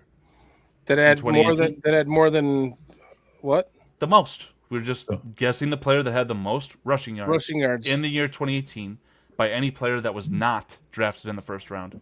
Travis Henry. Who's Travis Henry? Or Henry from the... He's a Raven now. Oh, Derrick Henry. Henry. Derrick Henry was a second-round pick, wasn't he? Yeah. Do we agree, chat? Do we agree, PJ Foster? I'm trying to think. Give me a second. Yeah, I'll go ahead and go with that. Yeah. Okay. Derrick Henry would have been his third year in the league, 2018. 98th percentile. Number one answer would have been Joe Mixon. Oh, jeez. Actually, wow. Chris Carson. Wow. Forgot all about that, dude. Quick on that. For real. Now, from 2020 to 2000, the year 2000 to the year 2025, any player on the Panthers. First name that comes to my mind is Jonathan Stewart. Would have no idea what year. That's a good answer. They had another running back that was good too, though. McCarthy. They did. McCarthy. No. Yeah. Oh, McCaffrey. That's what I mean. I'm sorry. Yeah, McCaffrey. My bad. So McCaffrey was 2017 to 2025. I don't know if we can guess a player that was drafted by the Panthers that then was traded. We should try that. If I fuck the whole thing up, I apologize. You go McCaffrey, and why can't we go with when he was actually playing with them? We might have to, but what was the year? Hold on. I kind of want to just see what happens here. So McCaffrey traded to the 49ers, and on the 49ers, what year did he go to the Super Bowl? It was the very first year he was traded. Was it 23 or 24? It was 23, wasn't it? 23, yeah. 23, yeah. Now you're going to screw us up, man. There you go. So, again, it says that the player played for San Francisco in 2023. It doesn't allow you to, and then it wastes a guess. That's what you did, man. You ruined the guess. Because I was going to say, we'll just go back to. So, wait a minute. It says between 20. Right, but again, I'm not going to do it again to waste another guess. But the player had to have played for the Panthers on the year that you're guessing. What years did he play for them? Did somebody say 2023? No. Yes. I did it as a guess because he was on the 49ers in 2023. But why would... So you thought he was on the Panthers in 2023? No, he was drafted by the Panthers. So we're figuring the game out, right? He was checking to see if it would take does it claim? Yeah, would it take it? Would McCaffrey be claimed by the Panthers because he was drafted by them? No, it's saying whatever year you guess between 2020. I keep making that mistake. Between 2000 and 2025, they had to have played for the Panthers on the year that you guess. Right. So that's what I'm saying. So when you put in 2023, you thought he was playing for the Panthers that year? Stop. No, I thought he was playing for the 49ers. And so that wouldn't apply then, right? Exactly. You're correct. So why did you do that? We wanted to see if it would accept that as an answer. Oh, man. Yeah, exactly, yes. Yeah, wasting our guesses. All right. I'll say it's McCaffrey. It has to be McCaffrey. But I think it was the year before he was traded or the year before that. I'll say either 2022 or 2021. What are the years again that he started there? Well, Christian McCaffrey was drafted in 2017. 17, 18. I actually like your answer of Cam Newton. 2020. This is rushing yards, not total yards. 2019 or 2020. You like that early for McCaffrey? Yeah. Yep. Okay. What does PJ like, 19 or 20? I go with 20. Because he always hurt anyway. Shorty? Any guesses? 19 or 20? I'll go with it. 20. 20. 225 rushing yards. Good job, gentlemen. That's the year he got hurt. Oh, that's what it was. So I had Jonathan Stewart. I had the top 5 answer, but it was D'Angelo Williams, his running mate for a year. 1,500 yards. D'Angelo Williams was not on the Bears, was he? Yeah, he was. No, he wasn't. The running for back? 1 year. I don't know about that. No, he wasn't. Who was the guy we got for that 1 year? Not D'Angelo Williams. All right. Help me out, Chad. Let's stop quibbling here. The running back we got for 1 year after Montgomery left, I think. Was. So wait. Hold on. You can stay right there. So wait, we're talking about right now a Chicago Bear from 2015 to 2025 that had the most rushing yards in that period? Yep. No stipulation. No other stipulation. I mean, whatever year we guessed, he had to have been on the Bears that year. First name that comes to my mind, obviously, Matt Forte. Jordan Howard. Matt Forte was 2008 to 2017, so the earliest we could do is 2015, and that's kind of at the twilight. And he probably wasn't even on the Bears. It was either Jordan Howard or Jordan Howard. Okay. Jordan Howard with 1,400 yards. What year? His would have been. It was his second year. Second year. So 2018, 2017. Yeah, it was the year before the crazy year. It was 2017. 17. Because the 2018 Bears are the double. Do it. Submit it. It's just Jordan Howard. This is going to be the 100th percentile. Trubisky dumped everything. Let's lock it in. Jordan Howard was projected to become the greatest Chicago Bear running back of all time. Wow, with his stats. He rushed for 200 extra yards in his rookie year. Yep. Holy fuck, Fields was second. Holy shit. Jordan Howard was third. Jordan Howard was on it was his rookie year. First and third. Yeah, it was his rookie year. That's insane. Yeah. Jordan Howard, his numbers were projected to become the greatest Chicago Bears running back of all time if he just would have let his career play out. What happened in Miami? Just had some blocking. Okay. So here's going to be a fun one for the Bills. Again, between the year 2000 and 2020, which player had the most rushing yards in any given year? Beast mode. Immediately you think of beast mode, right? What about his incredible... What about Shady's a good option actually, PJ. That might be the answer. But who was the running back that played with beast mode and he was like an old guy, but he was a badass? Do you know who I'm talking about? Was that Fred Taylor? Yeah, you're a fucking awesome PJ. Yes, Fred Taylor was a badass motherfucker. So I don't know. I'm still thinking it's Shady. Yeah, Yeah, Fred Taylor was 98 to 2010, so it'd be later on in the career. So yeah, LaShawn McCoy was traded for Kiko Alonso, right? Yeah. How do you spell McCoy? L-Y. LaShawn. L-Y is LaShawn. I got it. Okay. So again, he played from 2019 to 2020. I think that first year he was traded to the Bills was his peak. I just don't know what year that maybe would have been. Well, what a bull. Maybe 2015.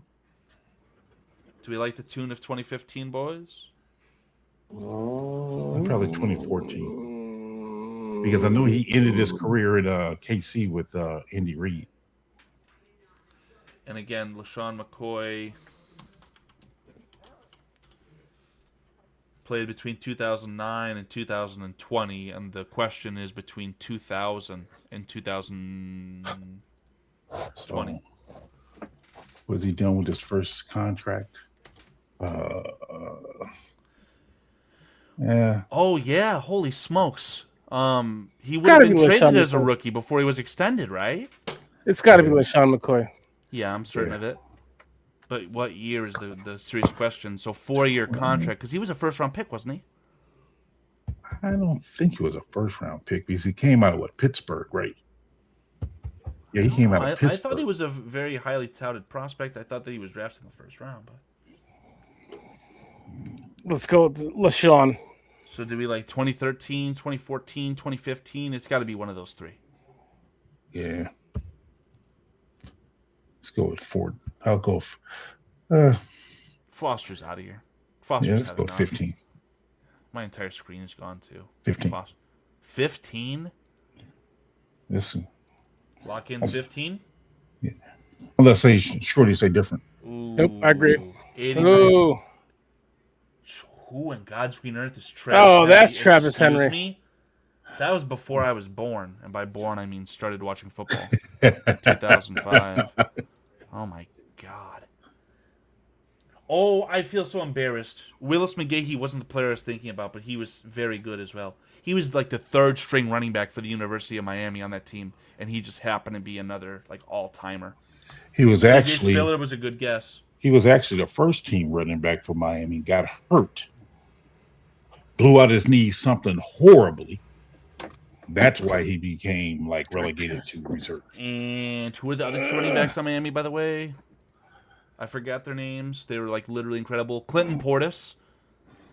Portis plays for the Washington Redskins and then the Broncos, right? Right. Yeah. Clinton Portis, my God. Clinton Portis was traded straight up for Champ Bailey, but I'm saying Clinton Portis came out of that insane. I think it was the year 2000. The 2000 Miami Hurricanes, the most NFL elite talent you ever had in a college roster. Who was the other running back then? Portis, McGahee. Just another like all-time great running back. Anyway, we can move on. What player? This is a very easy one, right? What player had the most rushing yards in the year 2021 for any NFL franchise that was not drafted in the first round? I guess it doesn't have to be running back. It's just the most rushing yards. Whoa. Well, it's not Fields. Fields was drafted in the first round. Just about to say Justin Fields. Fields was drafted in the first round. Yeah. What was going on in 2021? Because I think 2021 was the year that Javon Wims dropped that football.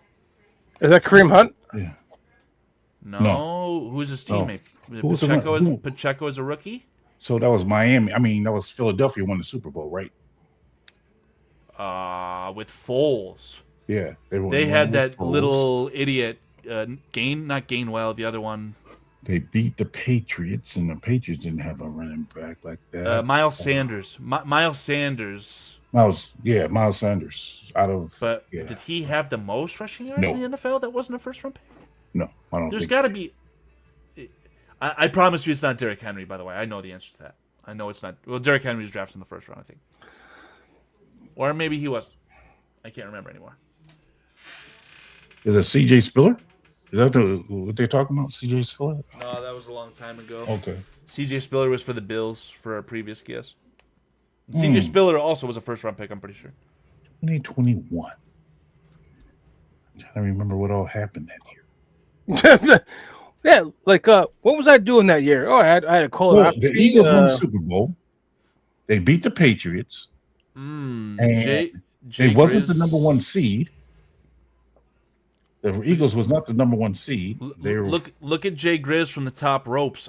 I think that Super Bowl in 2021 was Eagles over the Patriots with Nick Foles receiving the Philly special. Right. But LeGarrette Blount helped the Patriots get there.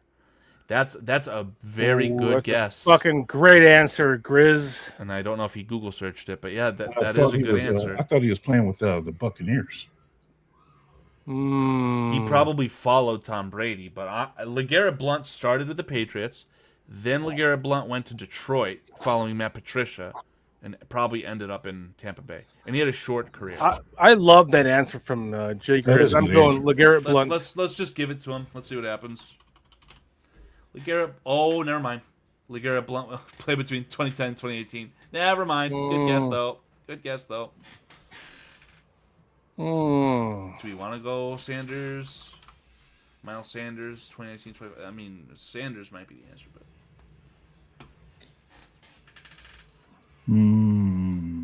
Let's go with Bob Ward. Wait a minute. 2021. He was drafted that year in 2021?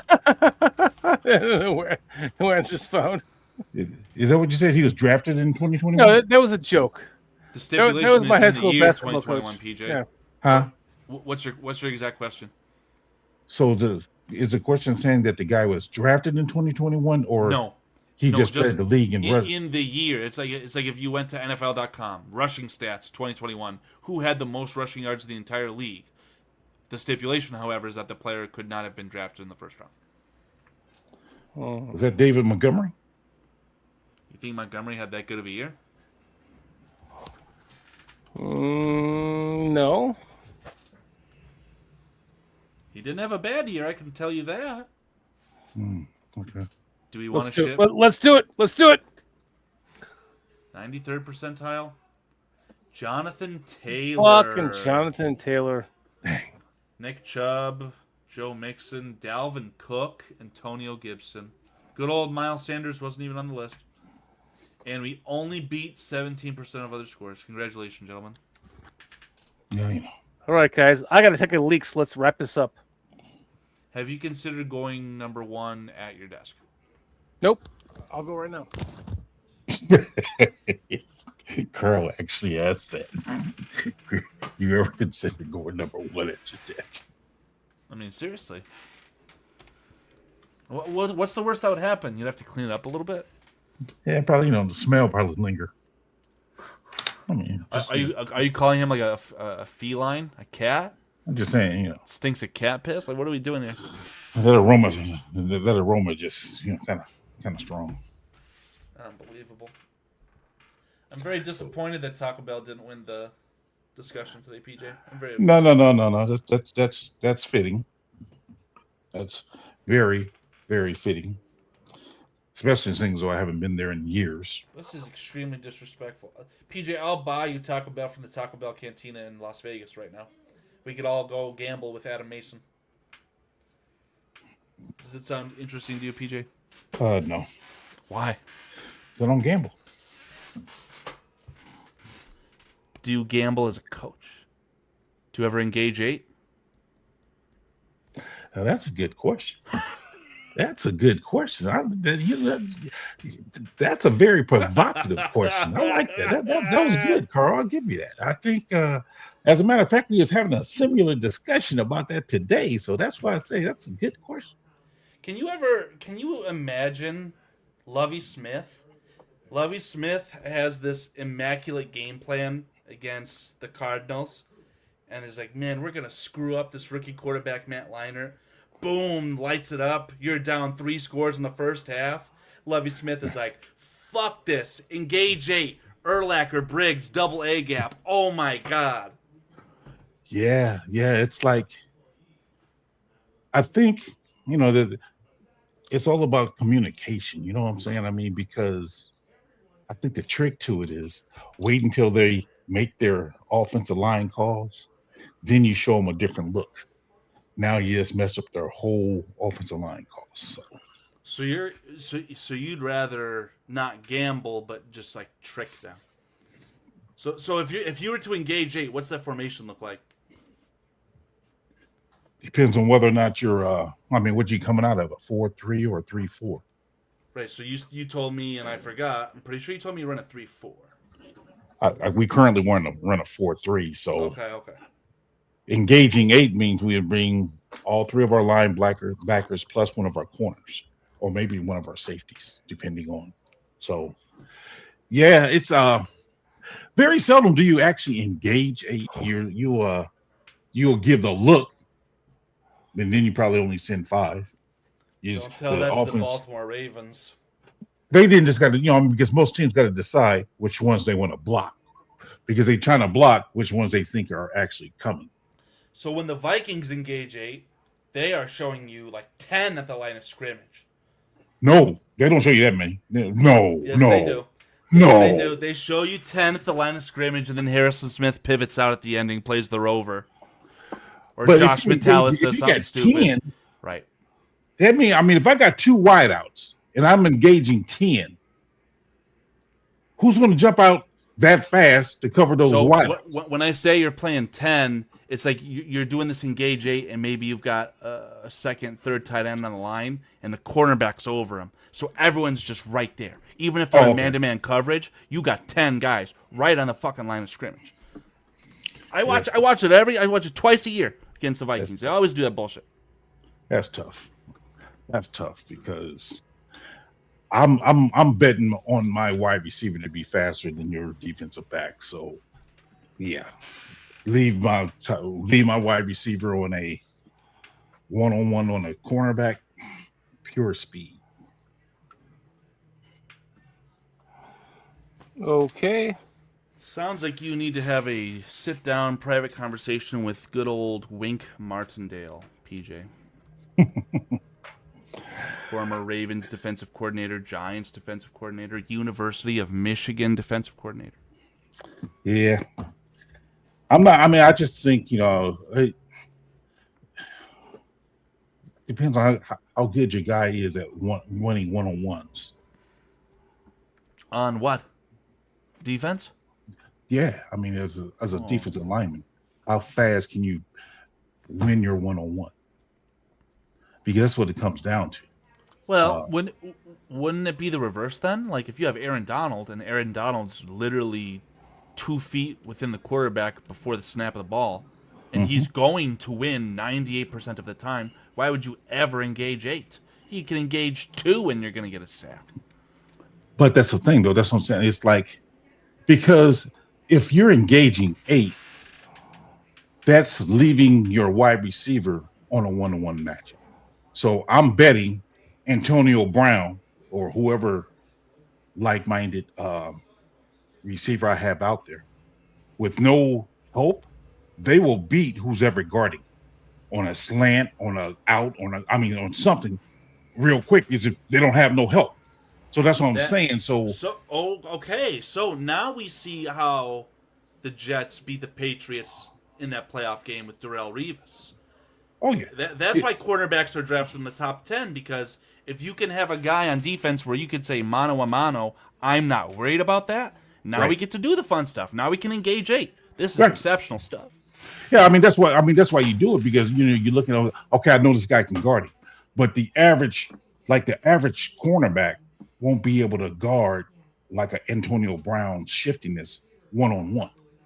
So you're relying on your pass rush getting there. That's why you got all these guys coming, more guys than they can block. So somebody's going to be unblocked. So he's getting there. And by the time before he gets there, you're hoping that your wide receiver can get open because he's on a one-on-one matchup. But if you have a Deion Sanders, a Revis, in some regards, even how fit, because let's say you got a Cam Chancellor who's going to physically just match up with his guys to where you're jamming them, to where you're throwing off the timing also. So all these things are factoring in, because one thing you never want to do if you're going to engage 8 is play off coverage. You want to play. Yeah, you cannot give them the quick. Exactly. That's what I'm saying. So that's a tough one, man. It's tough. I don't know. I mean, so me personally, I don't think I wouldn't engage 8. I wouldn't. I'm more of my defensive linemen have to beat their one-on-ones. Beat your one-on-one. Okay, now I guess last little twist of this that I have. You're in a playoff game, a championship game, and you have watched your defensive line fall short every single snap of the football. Now, if you get one stop, you win the football game. Are you going back to the well and just rushing your down 4 and hoping they can do something? Okay, or are you going to engage 8 knowing that otherwise you will not get pressure? Good night, guys. Great conversation. I love you guys. Right, good night. Good night. Oh my God. Okay, give me down and distance. I don't know. 3rd and whatever you want. 3rd and you got to score. 3rd and touchdown.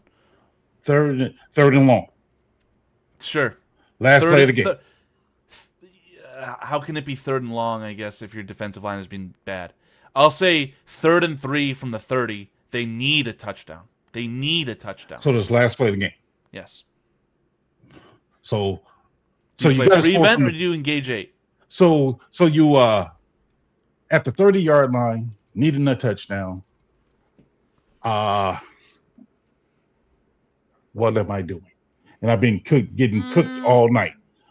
I've been getting cooked by the run, or my pass rush has just been sucked. I don't know if I could give you that detail. I would just say that, you said traditionally you would rush your down 4. I'm telling you that every snap of this football game that we're in right now, this metaphorical football game, your down 4 has not gotten pressure.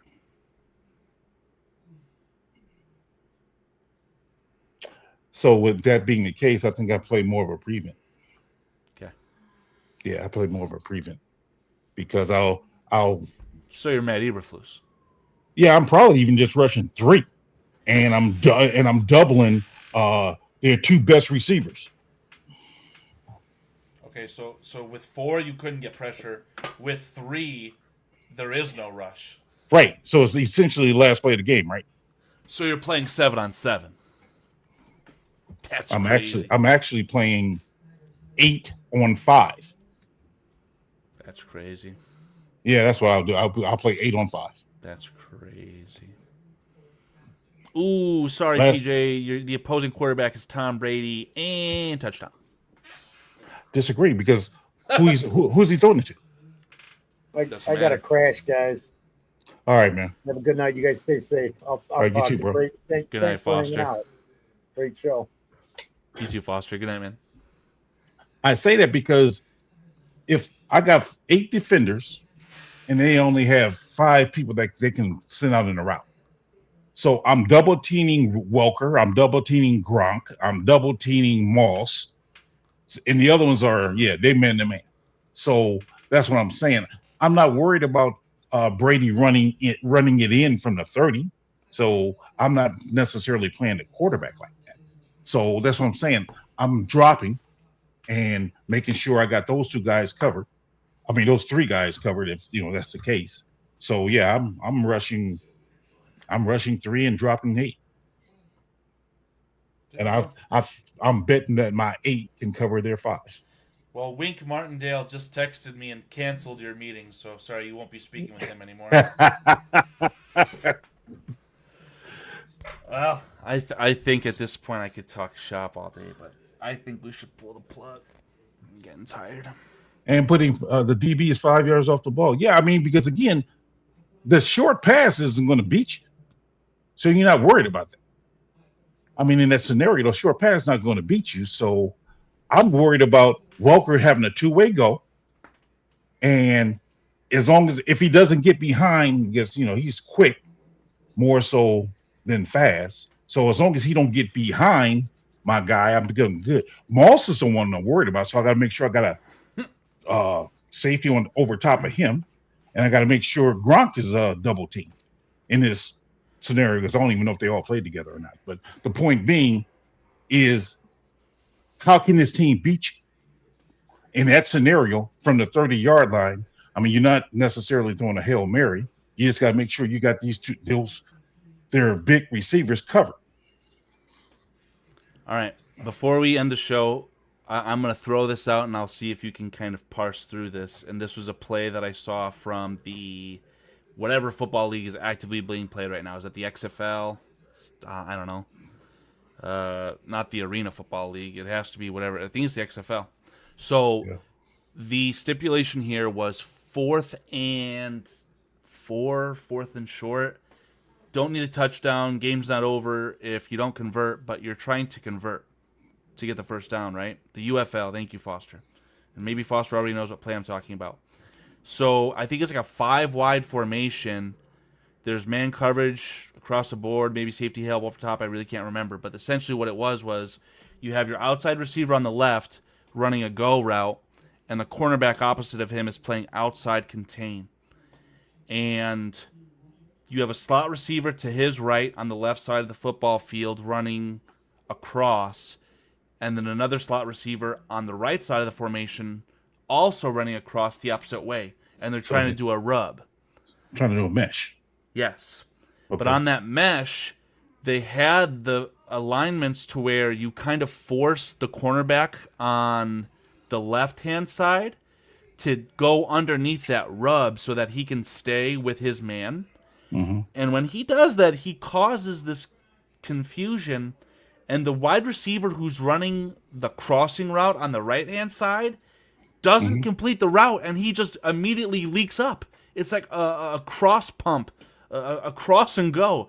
So he creates that contact in the mesh. The cornerbacks start to, for lack of better terms, kiss each other. And this wide receiver who's running the cross from right to left immediately runs up the field. He catches the football, and the guy who's running the go route on the left starts to immediately block that safety. And he just walks in at that point for a touchdown. I'll show you the play on Twitter after the show's over. It was incredible. But that's something you should talk to the OC about. Because the guy who broke this down, and you'll see in the video, he's like, yeah, this play is going to be ran in 2026 on Sunday multiple times a week. It's that good. I guess the question that immediately comes to my mind is, what are the rules that the coaches are teaching the DBs? Because is a rule, if a guy crosses your face, do you follow him, or what are you trying to do, or do you pass him? Do you follow him? Do you pass him? So I'm taking it you're playing man to man. So are you gonna follow him, or are you gonna pass him to the next guy? So those rules have to be established, because a lot of times, I don't know if there was motion or not, because the defense will call it based upon, okay, I have, you count your receivers as a defense outside in. You count them 1, 2, 3, and then on the other side, 1, 1, 2. So if you got like trips to the left and doubles on the right, so normally your linebacker will cover then your 3 receiver, and sometimes maybe your second receiver, depending on whatever side. So then if you motion if you then take your slot guys and have them come, and you put a speed slot guy in there, and if he's being covered by a linebacker, yeah, he would have the advantage. So that's why that linebacker would perhaps in passing to the safety, to where, hey man, this guy's faster than me. So as he's meshing, I'm trailing behind him, and I'm pointing to the safety. You take him now, unless the safety got something that's catching his eye, being, like you said, like a guy running a go route. Mm-hmm. Yeah, which then causes the guy over here on the side that the guy started on, he should drop back. I'm seeing, I saw it from, unfortunately, it was Kurt Benkert. Not a big fan of that guy, former quarterback for the old Packers there. But how do I mute this tab? I don't know how TikTok works on the computer. Here you go. I don't know much about computers there, brother, so you got me on that. But hey, guys in the chat, I appreciate you guys hanging out with us. We're down to 14 guys left in the chat, but we appreciate each and every one of you. Thank you for hanging out with us tonight. Got a chance to talk about a little bit of everything: food, Aldo, a whole wide variety of things. Thank you. Appreciate you guys. Thank you for supporting us during this downtime. Mr. Mayhem, my man, always here. Appreciate you, brother. PJ, how well can you see this real quick? I'm just going to roll it. It's going to be fast. This guy that has this little yellow thing on him, he scored a touchdown, okay? Okay. Wait. Before you start it, I'm looking at how many guys are rushing. I'm seeing 1, 2, 3, 4. Is that what you count? I think so. I'm not too sure. I'll send you the video after so you see. I just want to add some context to what I was trying to explain. So again, you'll see they're trying to run this mesh, and the wide receiver is just gonna like leave. It's really hilarious. Well, you can still look at the angle. Yeah. All right, but hold on. So let's say because we established that they was rushing 4. So if they're rushing 4, they should have 7 in coverage. Correct? We'll verify that it's 4, but it sure looks like it, yeah. Okay. We're going to get copyrighted by this jerk off. I just want to roll the play, man. So, yeah, you're going to see... Somebody dropped coverage. There's a little bit of rub. No, it's all the action and the rub here, from my understanding. But you should have... you at this right there, at that screen... So you see this guy, and you already have the guy blocking the safety downfield. Like I said, I'll share the video so you get the juicy details. So you'll be able to break it down better than me. But it was a very fascinating thing. Can you just have a freeze frame? Or is that a copyright too? If you do a freeze frame, I don't think so. Where do you want that? Go back to where the guy when you had the drawing on the page. Right here. Well,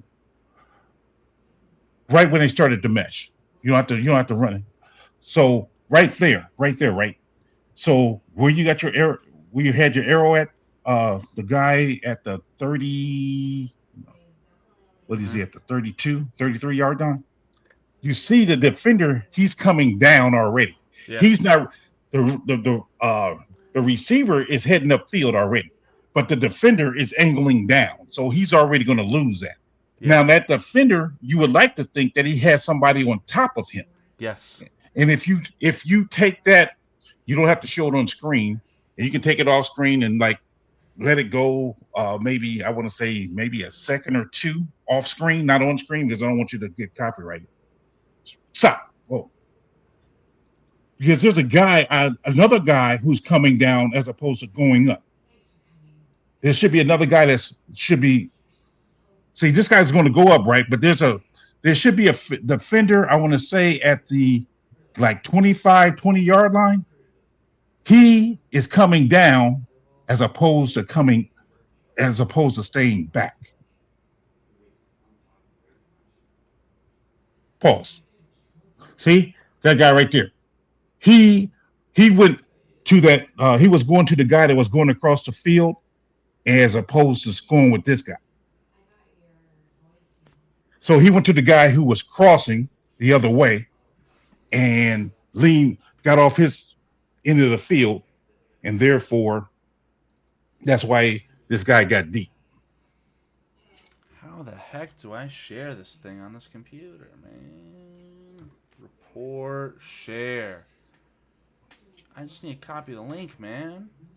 That's crazy. I don't want to embed. Oh, you good, bro? I mean, I'm just saying. I mean, you gotta be disciplined. You gotta be disciplined. So you have it in private chat. It's a very fascinating thing. But again, if a former NFL quarterback is telling me something, I'll probably listen, even if it is the former backup of the Packers. Right. And I thought that the play design was ingenious. I thought it was very funny to immediately have your player on a go route, kind of clearing his man, and then immediately being like, "Hey, your job is to block the safety down the field, so that this guy who's running a crosser can just leave and score a touchdown." It's hilarious. And I have a feeling if Xavier Thomas is going to do anything for us this year, that'll be the play where he is supposed to do that route and he gets the ball while Luther, Rome, Adunze down the field, Jade Walker down the field are blocking for him immediately. That'll be hilarious. You heard it here first, May 28th, 2026.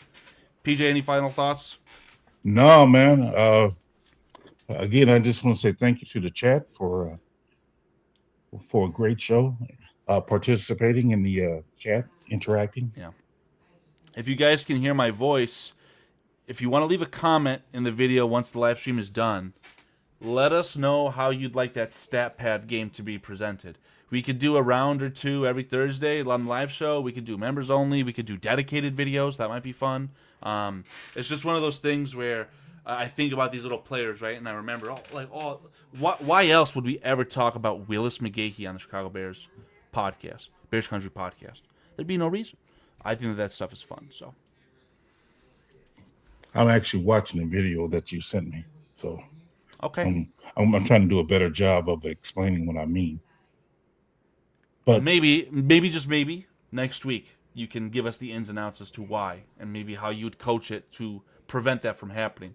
Because again, the quarterback, former backup of the Packers, is saying we will see it on Sunday. If I had to go to Kalshi and place a sports bet, PJ, I'd probably bet that it would happen. So I'm going to end the stream. You can give us the breakdown afterwards, gentlemen, in the live stream, the chat. You guys are fantastic. We appreciate the ever-living heck out of you. Good night, everyone.